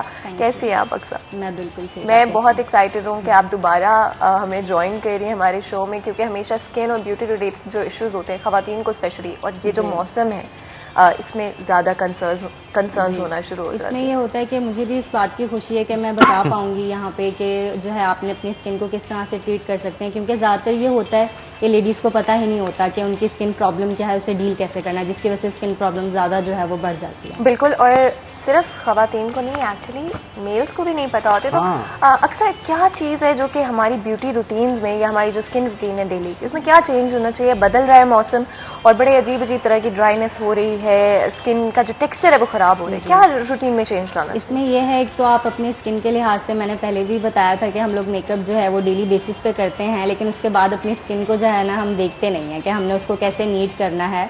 जैसे कि अगर आप कोई ड्रेस भी बाय करते हैं ना तो आपको उसकी केयर करनी पड़ती है, तो इसी तरह आपकी स्किन है, अगर आप मेकअप वगैरह कर रहे हैं अपनी स्किन के ऊपर तो आपको उसकी डेली केयर भी करनी पड़ेगी, क्योंकि आप मेकअप कोई भी यूज़ करें जब तक आप उसकी केयर नहीं कर रहे तो आपकी स्किन जो है उस तरह से ग्लो नहीं रहता उसके ऊपर, और फिर बाद में जो है स्किन प्रॉब्लम्स जो है वो आना शुरू हो जाती है। इसमें अब फेशियल्स वगैरह की तरफ जाना चाहिए या फिर अपने मॉइस्चराइजर को जो है वो थोड़ा इंटेंस कर लेना चाहिए? इसमें यह है कि देखें आपकी स्किन की नीड के ऊपर डिपेंड करता है। किसी की स्किन को नीड होती है कि एक प्रॉपर फेशियल लें, किसी की स्किन को नीड होती है कि आप सिर्फ स्किन पॉलिशर भी ले लेंगे तो आपको बड़ा अच्छा ग्लो मिल जाता है। लेकिन अगर आपकी स्किन प्रॉब्लम बहुत ज़्यादा है और फिर उसे टाइम लगेगा तो फिर आपको ऑब्वियसली फेशियल की जो सेटिंग्स हैं वो लेनी पड़ेंगी ताकि स्किन के ऊपर आपके रिजल्ट आए। वरना टीन एज में तो वैसे इस तरह की स्किन होती है कि आप खुद भी कोई होम प्रोडक्ट जो है वो यूज़ कर लें, लेकिन सजेशन के साथ, तो उससे भी आपको बड़ा अच्छा रिजल्ट मिल जाता है। बिल्कुल। और एक्नी जिन लोगों को ऑफ कोर्स बहुत सारे लोगों को एक्नी का प्रॉब्लम होता है, स्पेशली हार्मोन से रिलेटेड, तो वो उनके लिए किस तरह का फेशियल जो है सूटेबल रहेगा और किस तरह का अवॉइड करना चाहिए? जी, इसमें यह है कि तो पहले हमें देखना पड़ेगा कि एक्नी जो है आपके फेस के ऊपर भी फ्रेश एक्नी है या एक्नी होके ख़त्म हो गई, उसके बाद आपको पता है स्कार्स वगैरह रह जाते हैं और फ्रैकल्स वगैरह हो जाते हैं, तो स्किन टोन पहले चेक करनी पड़ती है। फिर देखना पड़ता है कि स्किन का टेक्सचर क्या है, आपका ऑयली स्किन है या ड्राई स्किन है, उसके लिहाज से फिर हमें डील करना पड़ता है। तो फेशियल्स जो हैं वो भी हम उसी के लिहाज से रिकमेंड करते हैं। फिलहाल हमारे पास हाइड्रा फेशियल जो है आज हम इंट्रोड्यूस करवा रहे हैं यहाँ पे, और इसमें ये अच्छी बात है कि ये एक चीज़ को नहीं डील करता, इसमें एक्नी भी आपकी डील हो जाती है, स्कार्स वगैरह हैं वो भी डील होते हैं, अगर स्किन के ऊपर डार्क सर्कल्स हैं आपके तो वो भी इससे जो है काफ़ी अच्छे ट्रीट हो जाते हैं, और अगर आपकी स्किन लूज है तो उसके लिए भी जो है बहुत अच्छा है, एंटी एजिंग भी है। सर्दियां आ रही हैं मेरा ख्याल, तो आगे ये देखने को मिलता है कि ड्राई पैचेस बहुत ज्यादा फेस पे, चाहे बॉयज हों गर्ल्स हों, देखने को मिलते हैं, उसके लिए भी क्या हाइड्रा फेशियल बेनिफिशियल? जी बेनिफिशियल है। एक तो देखें आपने फेशियल लेना है, साथ में आपको जो प्रोडक्ट रेकमेंड करेंगे आपने वो यूज़ करनी है, क्योंकि फेशियल ने तो आपको रिजल्ट दे देना है लेकिन बाद में भी स्किन को मेंटेन रखना पड़ता है, क्योंकि आपको पता है कि पानी जो है अगर आप सिंपल पानी से वॉश करते हैं या फेस वॉश से या सोप से तो वो स्किन को ड्राई कर देता है। बिल्कुल। तो एक क्लेंजर कोई अच्छा सा जो है आपको चाहिए होता है, जो आप उससे फेस वॉश करें, आपकी स्किन का जो मॉइस्चराइजर लेवल है वो बैलेंस्ड है। अच्छा, यहाँ पे मैं लाजमी तौर पे मेंशन करना चाहूंगा हमारी ऑडियंस के लिए कि खवातीन खास तौर पे जो शो देख रही हैं किसी भी किस्म का क्वेश्चन उनके जहन में है ब्यूटी को लेके, स्किन को लेके, एक्नीज को लेके या कोई भी स्किन प्रॉब्लम को लेके, तो आप जो नंबर स्क्रीन पे आपके दिया जा रहा है उस पर कॉल करके, लाइव कॉल करके हमारी ब्यूटिशियन आज जो अक्सर हमारे साथ मौजूद है उनसे अपने सवालों के जवाब जो है वो ले सकते हैं। तो अपनी ब्यूटी केयर के हवाले से आप लाजमी तौर पे कॉल करें, जो भी क्वेश्चंस या क्यूरीज आपके जहन में हमारे साथ शेयर करें। हमारी कोशिश होगी कि आपके मसाइल को जल्द अज जल्द जो है वो हल किया जाए, उनके लिए कोई ऐसे मुफीद मशवरे जो हैं वो दिए जाएं जिससे आप मुस्तफीद हो सकें। तो अक्सर क्या कहेंगी, खवातीन को आजकल ज्यादा मसाइल कौन से हैं जो कि जिनका सामना करना पड़ा है? आपके पास तो क्योंकि आती रहती है। अब ज़्यादातर जो है वो एक एक्नी का इशू भी आ रहा है और ड्राइनेस का भी आ रहा है। ड्राइनेस में ये है कि मॉइस्चराइज़र जो आपका होता है स्किन का, उसका लेवल हमें बैलेंस करना पड़ता है। दूसरा ये कि एक्नी जो होती है उसके बाद जो है आपके निशान वगैरह बन जाते हैं, फ्रैकल्स बन जाते हैं, तो उसके लिहाज से भी हम गाइड करें कि फेशियल का किस तरह से आपको जो है वो रिजल्ट मिलेगा। अभी हमारे पास एक स्किन है, ये हम दिखाते हैं कि इस तरह की स्किन के लिए इस तरह के केसेस बहुत ज़्यादा आ रहे हैं, क्योंकि एक्नी आपकी बहुत ज़्यादा बढ़ जाती है, इवन कि बहुत ज़्यादा जो है ना गहरे स्कार्स पड़ना शुरू हो जाते हैं आपकी स्किन के ऊपर।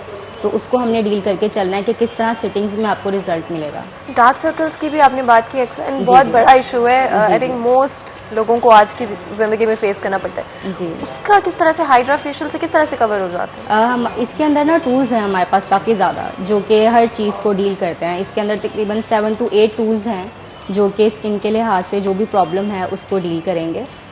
टूल्स का भी हम जो है सेपरेटली बताएंगे। इसके अंदर काफ़ी ज़्यादा टूल्स हैं, क्या टूल का क्या काम है, क्योंकि देखें ज़रूरी नहीं है कि सारे टूल्स स्किन के ऊपर यूज़ हों। स्किन के अंदर जो प्रॉब्लम है वो प्रॉब्लम देख के हमने उसके लिहाज से टूल्स यूज़ करना है। अभी जो हमारे पास स्किन है इसके हम देख रहे हैं कि इनके चीक्स के ऊपर काफ़ी ज़्यादा जो है स्कार्स और ब्लैमिशेस हैं, ये भी एक्नी के बाद जो होते हैं ना उसकी वजह से हो जाते हैं। तो इसका ये अक्सर होता है कि अगर आप सिर्फ प्रोडक्ट यूज़ कर रहे हैं तो उससे आपको रिजल्ट नहीं मिलता, आपको फेशियल्स की सेटिंग्स लेनी पड़ती हैं। सही। और क्या इससे कोई फर्क पड़ता है लेकिन जी इन द लॉन्गर रन? हाँ जी, इसमें यह है कि देखें स्किन का जो होता है ना वो थोड़ा सा लॉन्ग प्रोसीजर है। अगर आप कहें ना कि मुझे 1 मंथ के अंदर रिजल्ट मिल जाए तो ऐसे नहीं होता। इस प्रोसीजर के हवाले से आपसे जानेंगे, लेकिन हमारे साथ एक कॉलर मौजूद है, कॉल ले लेते हैं। अस्सलाम वालेकुम जी।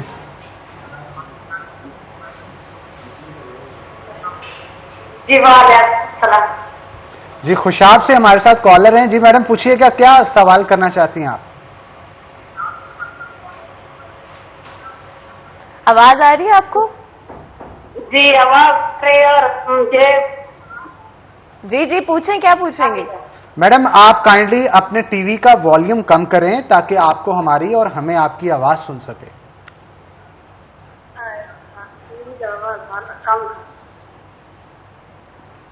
जी कॉल कट गई है, जो लैंडलाइन है वो उसमें थोड़ा सा प्रॉब्लम था। तो ये बताइएगा कि जो आप बात कर रही थी ब्यूटी टिप्स के हवाले से, मैं चाहता हूँ वही बताएं ताकि ऑडियंस को पता चले। जी मैं यही बताई थी कि अब इस तरह के जो टेक्सचर हमारे पास काफ़ी ज़्यादा आ रहे हैं और ख़ासतौर पे ब्राइड्स के जिनके आगे फंक्शन आने होते हैं तो वो बहुत ज़्यादा जो है कॉन्शियस होते हैं इस हवाले से, उन्हें रिजल्ट्स नहीं मिल रहे होते हैं, प्रोडक्ट्स यूज़ कर रहे होते हैं।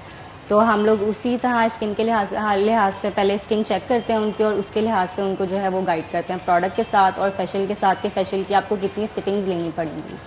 अभी हमारे सामने ही मौजूद है जो मशीन है हाइड्रा की। अभी इसमें टूल्स हैं जो हम इनकी स्किन के ऊपर यूज़ करेंगे, बाकायदा लाइव करके दिखाएंगे ताकि आपको भी आइडिया हो कि इसका रिजल्ट है। बिल्कुल। और बहुत सारे केसेस में एक्नी बचपन से स्टार्ट हो जाती है, क्या कोई एट होम रेमेडीज भी हैं जो कि इस्तेमाल की जा सकती? जी जी देखें, बचपन से अगर आपको एक्नी का इशू है, इसमें यह है कि आप अपना स्टमक जो है वो मेंटेन नहीं रख पा रहे, आप जो है जो भी खाना वगैरह खा रहे हैं वो है आपकी हेल्दी डाइट नहीं है। ये भी बहुत ज़्यादा डिपेंड करता है, आप जो खाना ले रहे हैं, जो भी आप खुराक खा रहे हैं वो बहुत ज़्यादा हेल्दी होनी चाहिए। फिर जो वाटर इनटेक है वो आपका ज़्यादा होना चाहिए। ये चीज़ें भी बहुत ज़्यादा मैटर करती हैं। अगर आप सिटिंग्स ले रहे हैं फेशियल की लेकिन आप इन चीज़ों का ख्याल नहीं कर रहे तो ऑब्वियसली वो रिजल्ट्स आपको इतने अच्छे नहीं मिलते। अच्छा ये बताइएगा कि हाइड्रा फेशियल में कितनी देर लगती है ताकि हम उस हिसाब से स्टार्ट करें? 45 मिनट्स लगते हैं मिनिमम हाइड्रा फेशियल में, तो हम 45 मिनट्स। तो मेरा ख्याल है स्टार्ट किया जाए, इनिशियल जो आपके प्रोसीजर है उसको शुरू किया जाए ताकि इनकी स्किन जो है हम नीट करेंगे पहले।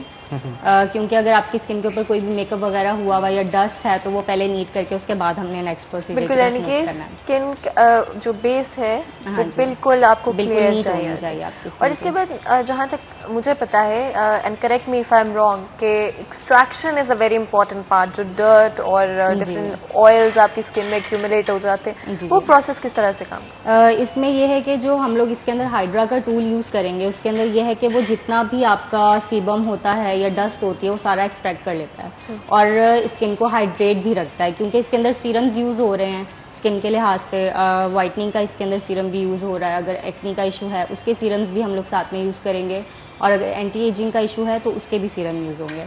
तो अभी इनका जो है इतना एंटी एजिंग का इशू नहीं है, लेकिन एक्नी का और जो है थोड़ा बहुत स्किन इनकी ड्राई भी है, डबल टोन में इनकी स्किन है, तो उसके लिहाज से हम लोग डील करते हुए चलेंगे। बिल्कुल, एंड क्योंकि मैंने बहुत सारे लोगों को कंसर्न देखा है, ये कंफ्यूज देखा है ना कि हाइड्रा फेशियल उनको ट्राई आउट करना चाहिए या नहीं करना चाहिए। एंड चाहे आई थिंक ये लड़के भी करवा सकते हैं, अगर वो चाहते हैं कि स्पेसिफिकली वो एक ग्लो चाह रहे हैं, अपनी स्किन को क्लियर करना चाह रहे हैं, तो हाउ डज दैट वर्क? इसमें देखें, आपको मैंने बताया टूल्स सारे हैं, लेकिन हमने स्किन को देखना है कि स्किन को क्या नीड है, हमने उसके लिहाज से जो है स्किन को ट्रीट करना है। अक्सर ये होता है कि आपकी स्किन बहुत ज़्यादा डिहाइड्रेट हो रही होती है। जब आपकी स्किन डिहाइड्रेट है तो हमने हाइड्रेशन वाला टूल जो है वो यूज़ करना है हाइड्रा का। उससे क्या होता है कि आपकी स्किन जहाँ से ड्राइनेस के पैचेस हैं वो भी कवर हो जाते हैं और आपकी स्किन काफ़ी ज़्यादा हाइड्रेट हो जाती है, और आपके जितने भी पोर्स हैं ना वो सारे इतने के रिलैक्स हो जाते हैं कि स्किन आपकी बहुत अच्छे से ब्रीथ कर सकती है, और जितना आपकी स्किन अच्छे से ब्रीथ करेगी उतना अच्छा आपकी स्किन के ऊपर ग्लो आएगा। ठीक है जी, हमारे साथ एक कॉलर भी मौजूद है, कॉल ले लेते हैं। अस्सलाम वालेकुम जी। वालेकुम अस्सलाम सर, क्या हाल चाल है? ठीक ठाक हैं जी अल्हम्दुलिल्लाह। कौन सा आप बात कर रहे हैं और कहाँ से? मैं जाहिद बात कर रहा हूँ फैसलाबाद से। जी जी जाहिद साहब, पूछिए क्या पूछना चाहते हैं? अच्छा, मैं ये पूछना चाह रहा था कि जो मेरे चेहरे पे हैं बहुत ज्यादा डार्क सर्कल्स हैं, तो क्या मर्द हजरात भी जो हैं वो हाइड्रा फेशियल ले सकते हैं? जी बहुत शुक्रिया जाहिद साहब कॉल करने के लिए। ये मर्द हजरात भी हाइड्रा फेशियल ले सकते हैं या नहीं? हाँ जी, इस तरह का कोई इशू नहीं है। जेंट्स भी जो हैं वो हाइड्रा फेशियल ले सकते हैं, क्योंकि उनका भी स्किन का इशू होता है, एक्नी का इशू होता है, डार्क सर्कल्स का होता है, लेकिन हम उसी के लिहाज से ट्रीट करेंगे कि जो भी स्किन की नीड होगी उसके लिहाज से। और ये फ्रीक्वेंटली कितना करवाना चाहिए, कितना फ्रीक्वेंट होना चाहिए? इसमें एक तो होता है कि आपकी स्किन को कितनी नीड है। अक्सर जैसे अब हमारे पास अभी स्किन है, इसको मिनिमम भी हमें 4 फेशियल्स की सिटिंग देनी पड़ेगी, और एक फेशियल की सिटिंग अगर बहुत ज़्यादा नीड है तो हम 15 डेज़ के 20 डेज़ के बाद दे सकते हैं। मैक्सिमम 1 मंथ का गैप हम लोग देते हैं। अच्छा, जैसे जाहिद साहब ने पूछा कि डार्क सर्कल्स दूर कर सकते हैं, बहुत सारे लोग ऐसे भी होते हैं जिनको होता है जरा नीट एंड क्लीन होने के साथ साथ फेशियल से थोड़ा वाइटनिंग भी जो है वो आ जाए, जैसे वाइटनिंग फेशियल भी होता है, तो क्या हाइड्रा के जरिए वो रिजल्ट्स अचीव किए जा सकते हैं? मैंने अभी एक्सप्लेन किया है कि जो सबसे पहले हम लोग सीरम यूज़ करेंगे वो वाइटनिंग का सीरम भी है इसके अंदर, वो हम यूज़ करेंगे, क्योंकि आपको पता है हर किसी की डिमांड होती है कि हमें एक्नी का या जो भी सॉल्यूशन है उसके साथ वाइटनिंग इफेक्ट भी चाहिए, तो इसके अंदर वाइटनिंग का सीरम भी यूज़ होगा। और वो हार्मफुल नहीं होता किसी भी तरह? जी, कोई हार्मफुल नहीं होता, बल्कि आपने जो पहले प्रोडक्ट्स यूज़ की होती हैं उसको वो एक्सट्रैक्ट करके, तो जो ये वाले सीरम्स होते हैं वो फिर आपकी स्किन के अंदर जाते हैं, और इसका कोई साइड इफेक्ट नहीं होता है। और किस तरह के सीरम्स जो है वो यूज़ किए जाते हैं? सीरम्स मैंने बताया स्किन के अकॉर्डिंग जो है वो हम लोग यूज़ करेंगे, और सीरम्स ये इस तरह के हैं कि हर्बल हैं, इसका कोई इस तरह का साइड इफेक्ट नहीं है या कोई भी इसका रिएक्शन नहीं है, और साथ में जो है वो होम प्रोडक्ट आपको हम सजेस्ट करेंगे वो भी साथ में यूज़ करना ज़रूरी है, ताकि आपको रिजल्ट जल्दी से जल्दी मिल सके। तो मेरा ख्याल है साथ साथ स्टार्ट भी किया जाए, और ताकि लोगों को पता चल सके, और काइंडली ब्रीफ भी करते जाइएगा स्टेप वाइज, ताकि जो लोग घरों पे बैठे हैं उन्हें पता चल। अभी जो फर्स्ट स्टेप है वो हम स्टार्ट करेंगे, जी जी, तो वो साथ साथ मैं आपको गाइड करती हूँ कि इसका पर्पस। फर्स्ट स्टेप में क्या किया जाएगा? सबसे पहले हम एक बार जो है ना क्लेंस कर रहे हैं, दोबारा से मेकअप वगैरह नीट कर लिया, लेकिन फिर भी स्किन को रिलैक्स करने के लिए तो लाइट सा हम क्लेंस करेंगे। सही हो गया। क्लेंजिंग बहुत इंपॉर्टेंट होती है, क्योंकि रेजिड्यू अगर आपकी स्किन पे एक्स्ट्रा है। लेकिन स्किन को फेशियल के लिए रेडी करना बहुत जरूरी है। अगर आप डायरेक्ट आए हैं और एकदम से फेशियल स्टार्ट कर दें तो इस तरह नहीं होता, क्लेंस करना मस्ट होता है, आपके फेस को रेडी करना एक फेशियल के लिए। बिल्कुल, और ये स्पेसिफिकली जरा डिफरेंट तरह का क्लेंजर मुझे लग रहा है। हाँ जी, स्किन के लिहाज से होगा। देखिए, अगर हमारी ड्राई स्किन है तो हम इस तरह का क्लेंजर नहीं यूज़ करेंगे कि उनकी स्किन और ज़्यादा ड्राई हो जाए, या अगर आपकी स्किन ऑयली है तो फिर उसके ऊपर हम इस तरह का क्लेंजर यूज़ करेंगे कि जितना भी ऑयल वगैरह है वो सारा एक्सट्रैक्ट कर ले और आपकी स्किन बिल्कुल जो है वो नीट हो जाए, या ऑयल जो है उसका बिल्कुल ख़त्म हो जाए। बिल्कुल, और क्योंकि एक्ने का इशू भी इन्वॉल्व है। जी जी, तो स्क्रब या कोई इस तरह की चीज़ भी हाइड्रा इसके अंदर स्क्रब है, लेकिन स्क्रब जो है वो प्रोडक्ट नहीं यूज़ होगी, टूल यूज़ होगा स्क्रबर। उसके अंदर ये अच्छा है कि ब्लैक हेड्स वगैरह, वाइट हेड्स वगैरह उसी से जो है वो नीट हो जाते हैं। अभी हम वो भी यूज़ करके दिखाएंगे, पहले इनका क्लिनज हो जाए उसके बाद हम जो है स्क्रबर करेंगे। बिल्कुल। और फातिमा, वैसे ख़वातीन जब सैलून के अंदर जाती हैं या किसी भी ब्यूटी के टिप्स लेने जाती हैं या फिर मेकअप करवाने के लिए या फिर पेडिक्योर मैनिक्योर, बड़ा एंजॉय करती हैं। मेरा दिल कर रहा है अभी करवाने। वैसे आपका भी दिल कर रहा है। तो वैसे आप कितनी देर बाद जाती हैं पार्लर? मतलब बहुत सारी ख़वातीन होती हैं ना हेयर स्टाइल अपना बनवाने के लिए, कटिंग करवाने के लिए, पेडिक्योर मैनिक्योर करवाने के लिए, आप कितनी देर बाद जाती हैं? ऑनेस्टली आई थिंक हर 2 हफ्ते के बाद आप जा सकते हैं, लेकिन डिपेंडिंग ऑन योर स्किन, अगर आपको एक्ने का इशू है या आपकी स्किन सेंसिटिव है तो इट्स डेफिनेटली इंपॉर्टेंट कि आप गैप दें बीच में अपने सेशंस के। हनान, इस पर डिस्कशन जो है वो तो पूरा दिन हो सकता है। आपको अपनी ब्यूटी कितनी पसंद है और अपना ख्याल रखना किसको पसंद नहीं है, लेकिन इससे पहले छोटा सा ब्रेक ले लेते हैं। ब्रेक के बाद वापस आएंगे, कहीं मत जाइएगा, हमारे साथ रहिएगा।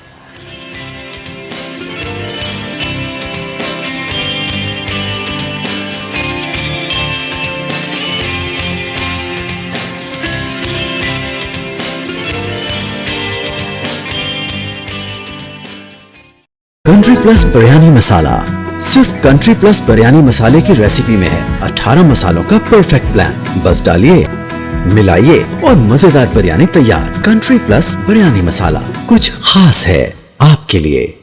खुशबुओं की तरह, तितलियों की तरह, जिंदगी बनके तुमसे सलवा में पकाएं, बस फिर खाते ही जाएं। हारून नदीम जूलर्स, सिंगापुरी, इटालियन, इंडियन, तुर्किश और Pakistani style gold jewellery. Rehman heights, main Satiana road, Faisalabad. 04187222100। Country plus kheer mix, खालिस अज्जा से तैयार करता जिसकी लज्जत बना दे हर लम्हे को कुछ खास। Country plus kheer mix. सिर्फ डायमंड सुप्रीम फोम दे 12 साल की गारंटी के साथ बेहतरीन कस्टमर केयर और service. Supreme number 1 quality foam.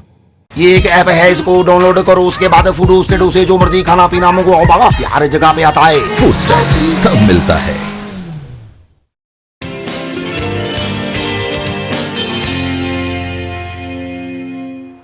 Welcome back नाज़रीन। ब्रेक के बाद खुशामदीद। हमारे साथ ब्यूटिशियन अक्सा मौजूद हैं, उनकी तरफ चलते हैं। हाइड्रा फेशियल आज किया जा रहा है और बहुत सारी ख़वातीन जो घर पे बैठी देख रही हैं और आज की टिप्स के साथ बड़ा मुफीद होंगी, उनके लिए मुफीद होंगी और मुस्तफ़ीद होंगी उससे। तो अक्सा की तरफ चलते हैं, गुफ्तगू करते हैं। अक्सा, क्या कहेंगी, अब नेक्स्ट स्टेप क्या होगा और इस स्टेप से क्या स्किन पे असर पड़ेगा? जी, अब हम जो है स्क्रबर का टूल यूज़ कर रहे हैं जिससे स्किन के ऊपर जितने भी इनके ब्लैक हेड्स हैं या वाइट हेड्स हैं वो इजीली रिमूव हो जाएंगे। बिल्कुल, और बहुत ही इंटरेस्टिंग लग रहा है। ये तरीका प्रॉबेबली इंटरनेट के ऊपर लोगों ने ऑलरेडी देखा होगा और it's quite trending at the moment as well, because हर कोई चाहता है कि उनके स्पेशली जो डीप सीटेड आपके डर्ट हो या कोई इम्प्योरिटीज हो स्किन के अंदर, उनको निकालना सबसे ज़्यादा मुश्किल होता है। तो आई थिंक उसके लिए ये बहुत इंपॉर्टेंट है। हाँ जी, इसमें एक तो ये भी है कि आप अगर नॉर्मल कोई फेशियल करवाते हैं उससे 3 गुना ज़्यादा आपको इसका रिजल्ट मिलता है। और दूसरा ये कि इसके अंदर इतनी ज़्यादा प्रोडक्ट्स नहीं यूज़ हो रही, सारा जो है वो मशीन के ज़रिए फेशियल हो रहा है। और दूसरा ये कि इसके अंदर बहुत ज़्यादा देखना पड़ता है लेवल्स वगैरह का, स्किन के लिहाज से हमने कितना लेवल यूज़ करना है। और अब ये हमने स्टार्ट किया है स्क्रबर। और एक्ने प्रोन स्किन के लिए लेवल थोड़ा आहिस्ता रखने की कोशिश की जाएगी, आई सपोज। हाँ जी, अब ये देखें हम ये यूज़ कर रहे हैं, जितने भी इनके स्किन के ऊपर वाइट हेड्स हैं या ब्लैक हेड्स हैं ना, जितने वो खुद ब खुद सारे रिमूव हो जाएंगे। सही। और अक्सर आपको पता होगा कि जब यूजुअली फेशियल किया जाता है तो आपके नोज से जो है वो black heads, white heads remove किए जाते हैं। बड़ा पेनफुल प्रोसेस होता है। आई डोंट नो अगर किसी ने ट्राई किया। इससे भी थोड़ा सा है लेकिन इतना नहीं है जितना नॉर्मल फेशियल में होता है। और इसमें एक इजीली रिमूव हो जाते हैं। अब जो हम नॉर्मल फेशियल में करते हैं उसके ऊपर बाकी जो फेस के ऊपर होते हैं ना छोटे छोटे जो व्हाइट हेड्स होते हैं उसको हम रिमूव नहीं कर सकते। लेकिन इससे जो है वो रिमूव हो जाते हैं क्योंकि पूरी स्किन के ऊपर अप्लाई होता है और इसका कोई इस तरह का इशू नहीं है कि आप एक बार करेंगे तो नेक्स्ट टाइम आपके बहुत ज्यादा ब्लैक हेड्स दोबारा आ जाएंगे। अच्छा, सही हो गया। फोरहेड के ऊपर भी कई दफा आई थिंक ये भी टी जोन जो होता है स्पेशली, जी टी जोन पे होता है, चिन पे बहुत ज्यादा होता है, फोरहेड पे भी होता है और जिनके एक्ने होती है उनके ऑब्वियसली चीक्स के ऊपर भी जो है ना। अच्छा, अक्सर ये बताइएगा कि किसी भी लड़की को कितनी देर बाद एक फेशियल का ट्रीटमेंट लेना चाहिए? नॉर्मली अगर के बाद जो है लेना चाहिए। कितनी देर बाद? 1 मंथ के बाद। 1 मंथ के बाद। हाँ जी। और लेकिन इसमें ये कि आपको स्किन के लिहाज से फिर लेना चाहिए कि आपकी स्किन को एक चीज़ की नीड नहीं है, आप कहें नहीं मुझे फिर भी यही चीज़ करवानी है, तो स्किन के लिहाज से आपको देख के फेशियल लेना पड़ेगा और मंथ बाद आपको करवाना ज़रूरी है। क्योंकि देखिए आप डेली बेसिस पे हम जितना मेकअप करते हैं, जितना हमारी स्किन ट्रीट होती है, तो उसको भी जो है ना चाहिए कि मंथ बिल्कुल में आप एक ठीक बार कह तो रही हैं। relax तो हो सके। फातिमा आप क्या कहेंगी इस हवाले से कि ये जो खास तौर पे ट्रीटमेंट है ये ख़वातीन को लेना तो चाहिए, लेकिन मर्द हजरात भी बहुत सारे लेते हैं, लेकिन ज़्यादा ये चीज़ जो है वो ख़वातीन में देखने को मिलती है। बिल्कुल। तो आप कितनी देर बाद ट्रीटमेंट लेती हैं वैसे? मैं हनान हर 2 हफ्ते के बाद आई थिंक आपको ले लेनी चाहिए, डिपेंडिंग ऑन कि आपकी स्किन की रिक्वायरमेंट क्या है। अगर आपको लग रहा है कि नीड नहीं है तो कोई ज़रूरत नहीं है, आप थोड़ा सा लंबा गैप भी ले सकते हैं। और बहुत दफ़ा आप लेजी हो जाते हैं। And Hanan it's absolutely very very important. और आपको मैं एक और चीज़ बताती जाऊँ हनान कि हमने स्पेसिफिकली हमारे शो में हमारी कोशिश होती है कि हम अपने ऑडियंस के जो क्वेश्चंस हैं उनको लाजमी तौर पे लें। तो अगर आपके कोई भी सवालात हैं, आपके कोई भी कंसर्न्स हैं, एक्सपीरियंसेस हैं ब्यूटी रिलेटेड, तो आप दिए गए नंबर पे कॉल कर सकते हैं और हम कोशिश करेंगे कि आपकी जो कंसर्न है उसको लाजमी तौर पे, हो सकता है वो और लोगों के भी कंसर्न है, उनके भी वही क्वेश्चंस हो,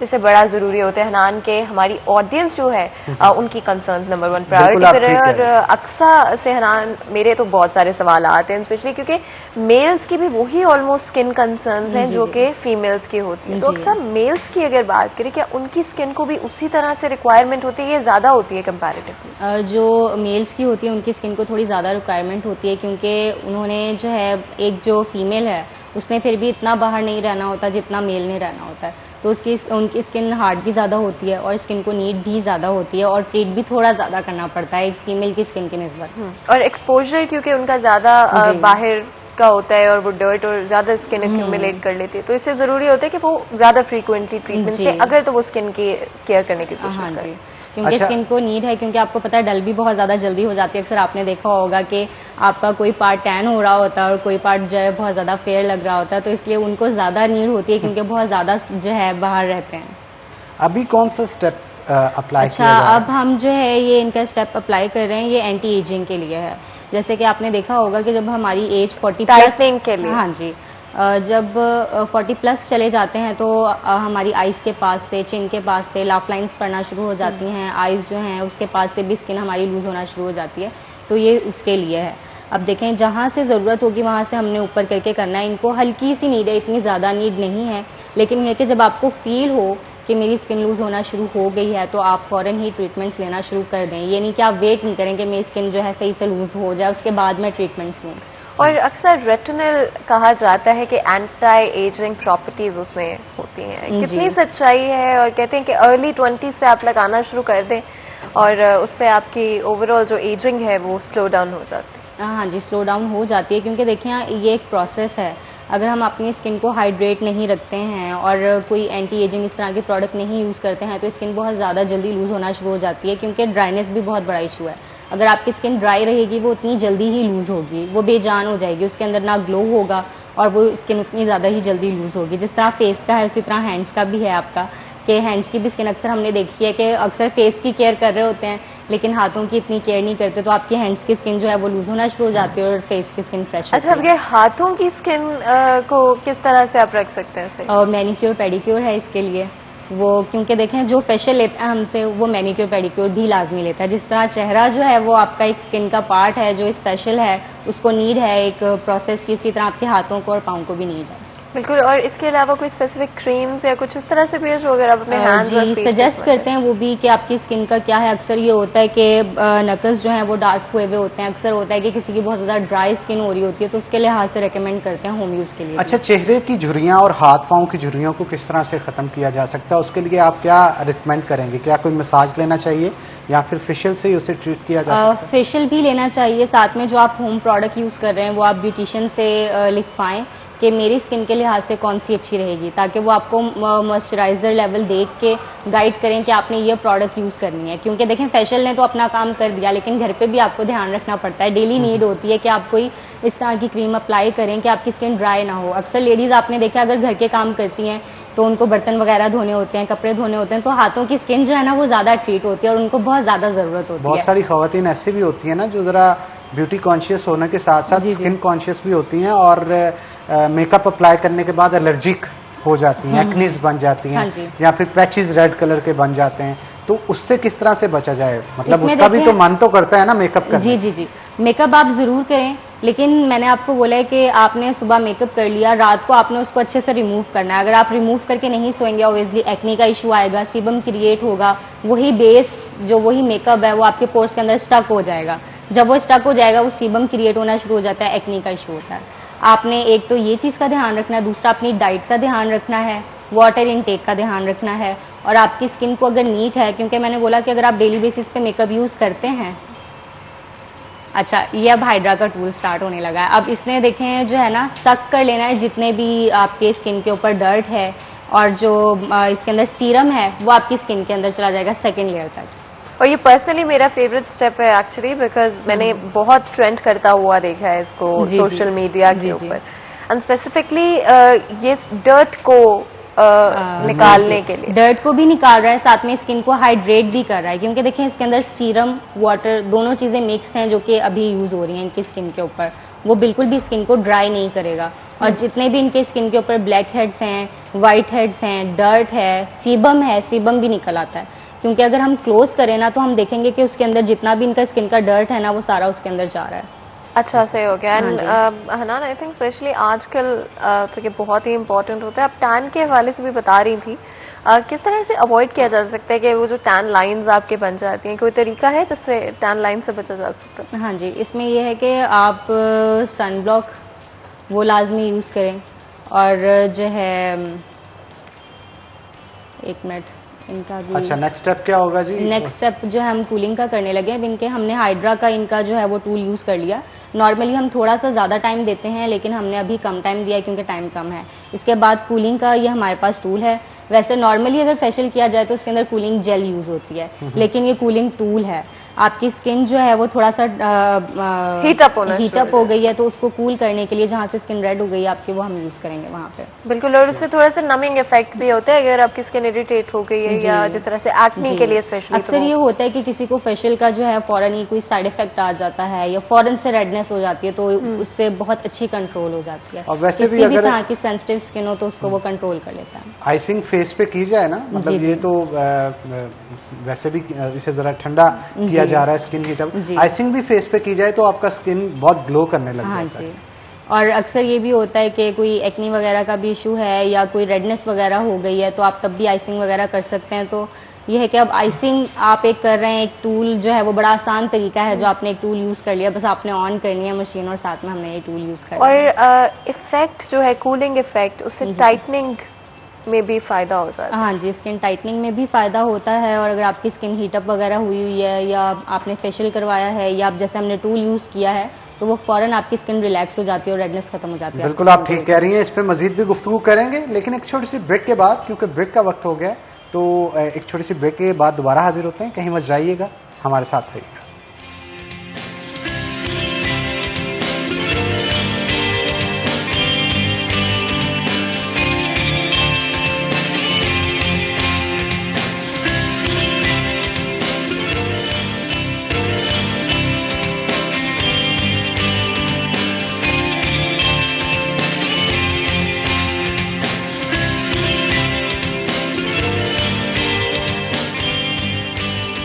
जी वेलकम बैक नाजरीन। तो जैसा कि आप देख रहे हैं कि हाइड्रा फेशियल जो है वो फाइनल स्टेज पे अपने पहुंच चुका है, और अक्सा की तरफ चलते हैं।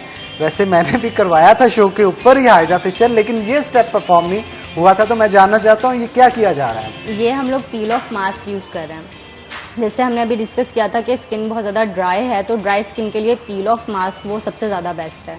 अगर आपकी स्किन बहुत ज़्यादा ऑयली है तो उसके लिए जो हम दूसरा रिमूव करने वाला मास्क यूज़ करेंगे, लेकिन पील ऑफ मास्क इसके लिए हम यूज़ कर रहे हैं। और स्पेसिफिकली ये जो मटेरियल यूज़ किया आपने मास्क अप्लाई करने से पहले, ये किस तरह से कनेक्ट हो रहा है? ये मास्क एक तो हमने पील ऑफ यूज़ किया, उसके अंदर हमने सीरम भी ऐड किए हैं जो इनके स्किन को नीड है। 2-3 सीरम मिक्स करके हमने मास्क के अंदर यूज़ किए हैं, और ये पील ऑफ मास्क जो है हम अप्लाई कर रहे हैं। पील ऑफ मास्क ये इसलिए हमने किया है कि इनकी जो स्किन है वो बिल्कुल रिलैक्स हो जाए, जो रेडनेस वगैरह, क्योंकि जब हम ये हाइड्रा टूल यूज़ करते हैं ना तो स्किन थोड़ी सी रेड हो जाती है, तो उसको रिलैक्स करने के लिए हम ये वाला मास्क यूज़ करते हैं। इसमें ये होगा कि आपकी स्किन को रिलैक्स भी कर देगा, थोड़ा कूल डाउन कर देगा।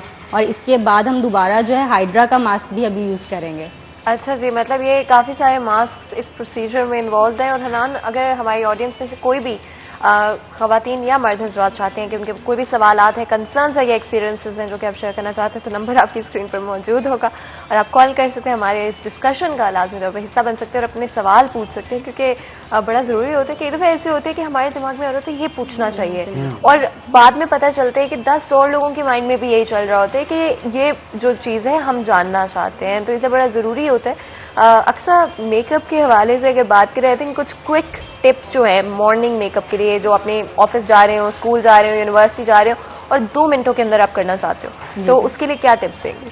उसमें यह है कि प्राइमर आप सबसे पहले फेस के ऊपर अप्लाई कर लें, फिर आपने लिक्विड बेस जो भी यूज़ करनी है, लिक्विड बेस आप अप्लाई करके फेस के ऊपर। तो अगर आपके पास इतने ज़्यादा मेकअप प्रोडक्ट्स नहीं हैं, एक लिपस्टिक का शेड आप अच्छा सा लें।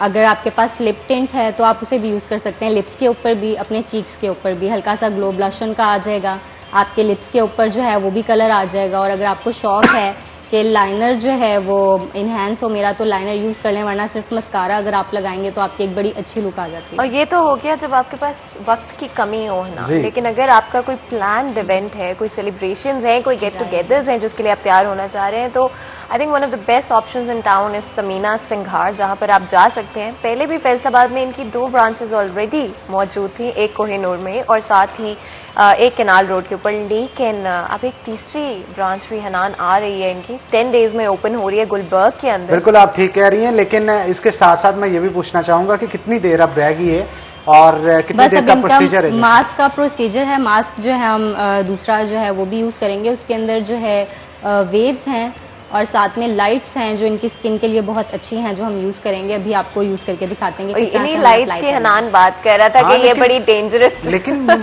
मैंने जब यहाँ पे शो के ऊपर भी मेरा भी हाइड्रा फेशियल हुआ था, तो ये मास्क वगैरह नहीं लगाया गया था, वैसे ही उसे क्लेंजिंग करने के बाद ये मास्क आप डायरेक्ट भी वो टूल यूज कर सकते हैं, लेकिन हमने और अच्छा रिजल्ट देने के लिए साथ में ये वाला मास्क भी यूज किया, उसके बाद हम जो है वो यूज करेंगे। ठीक हो गया। ये आपके ऊपर डिपेंड करता है कि आपने कितना अच्छे से जो है वो करना है। अब क्लाइंट को जितनी नीड है, हमने उसके लिहाज से इनको ये वाला मास्क करके फिर ऊपर दूसरा। अच्छा, इसका रिजल्ट कितनी देर तक लॉन्ग लास्टिंग रहता है? इसका रिजल्ट काफी देर तक लॉन्ग लास्टिंग रहता है अगर आप होम प्रोडक्ट यूज कर रहे हैं। और इसका जो रिजल्ट है ये आपको उस वक्त भी शो होता है, लेकिन 2 दिन के बाद और अच्छा रिजल्ट आता है। एक आप कहते हैं ना कि नहीं, जो फॉरन ही रिजल्ट मिल गया, फॉरन भी मिल जाता है, लेकिन 2 दिन बाद जो है वो ज्यादा लाइट रिजल्ट आएगा। का use, light therapy I think इसको बोला जाता है, तो ये हाउ डज दिस वर्क? देखें, इसमें भी जो है ना लाइट्स हैं जो कि डिफरेंट पर्पस के लिए हैं, एक्नी के लिए भी है, वाइटनिंग के लिए भी है, और अगर आपकी स्किन का ड्राइनेस का इशू है उसके लिए भी है। अभी हम इनके मल्टी लाइट्स यूज कर रहे हैं क्योंकि इनके 2-3 स्किन प्रॉब्लम है, तो इसलिए हमने मल्टी लाइट्स यूज किए। अगर आपका कोई स्किन का एक प्रॉब्लम को हमने टैकल करना है तो हम उस एक लाइट से जो है वो एक लाइट यूज करेंगे, लेकिन हमने इनके मल्टी यूज किया है। अच्छा, ये लाइट्स वगैरह कितनी देर तक रखते हैं? और ये 10 मिनट्स तक। 10 मिनट्स तक आप रखेंगे तो उससे रिजल्ट्स जो हैं वो बेहतर आ सकते हैं। हाँ, तो इसके बाद क्या प्रोसीजर होगा? इसके बाद जो है हमने इनके बस सीरम अप्लाई कर देना है, इनका फेशियल कंप्लीट। और सीरम क्या टारगेट कर रहा होगा, क्या कंसर्न टारगेट कर रहा होगा? सीरम में ये होगा कि देखें, आपने एक तो जब फेशियल करवाते ना उसके बाद आपने कोई भी सोप या कोई भी चीज़ नहीं यूज़ करनी, तो हम सिर्फ सीरम जो है वो आपकी स्किन के लिहाज से अप्लाई कर देते हैं। जैसे कि अगर एक्नी का इशू है या ब्लेमिशेस का इशू है तो उसके लिहाज से, क्योंकि देखें सीरम्स की डिवीजन्स होती है, तो जो स्किन को नीड है वो वाला हमने सीरम इनके अप्लाई करके तो हमने छोड़ देना है, वो इनका पूरा दिन लगा रहेगा। ठीक है, उसके बाद इन्होंने सुबह अपना फेस वॉश करना है, उसके बाद नॉर्मली जो भी ये रूटीन अपना यूज करते हैं। और अगर आपने कोई भी ट्रीटमेंट लिया हो हेयर रिमूवल के लिहाज से, फॉर एग्जांपल आपने वैक्स करवाई, थ्रेडिंग करवाई, तो कितना वेट करना चाहिए हाइड्रा फेशियल लेने पर? इसमें वैक्स का तो इसमें यह है कि अगर आप फेस की वैक्स करवा रहे हैं तो इसके बाद करवाएं। ठीक है, बाद में करवाएं। हाँ, बाद में करवाएं। और अगर आपको वैक्स से बहुत ज़्यादा एलर्जी है या एक्नी का इशू हो जाता है तो हमें गैप देना पड़ेगा 10 डेज का। और अगर इस तरह का कोई इशू नहीं होता तो फिर हम कर सकते हैं। और जो आईब्रोज की थ्रेडिंग वगैरह का है उससे कोई इसका जो है वो नहीं है साइड इफेक्ट, या कोई भी आप करवा सकते हैं, उसी वक्त भी करवा सकते हैं। अच्छा, और मोस्ट ट्रेंडिंग जो है लिप कलर्स, जी वो इस टाइम कौन सा है? अब ये है कि शॉकिंग कलर्स जो हैं वो बहुत ज़्यादा अच्छे लगते हैं। अब जैसे वेदर की आप देख रहे हैं कि वेदर अब बहुत ज़्यादा जो है चेंज हो रहा है, और जब वेदर जो है विंटर स्टार्ट होता है तो आपको पता है कि ब्राइट कलर्स और शॉकिंग कलर्स जो हैं वो ज़्यादा अच्छे लगते हैं।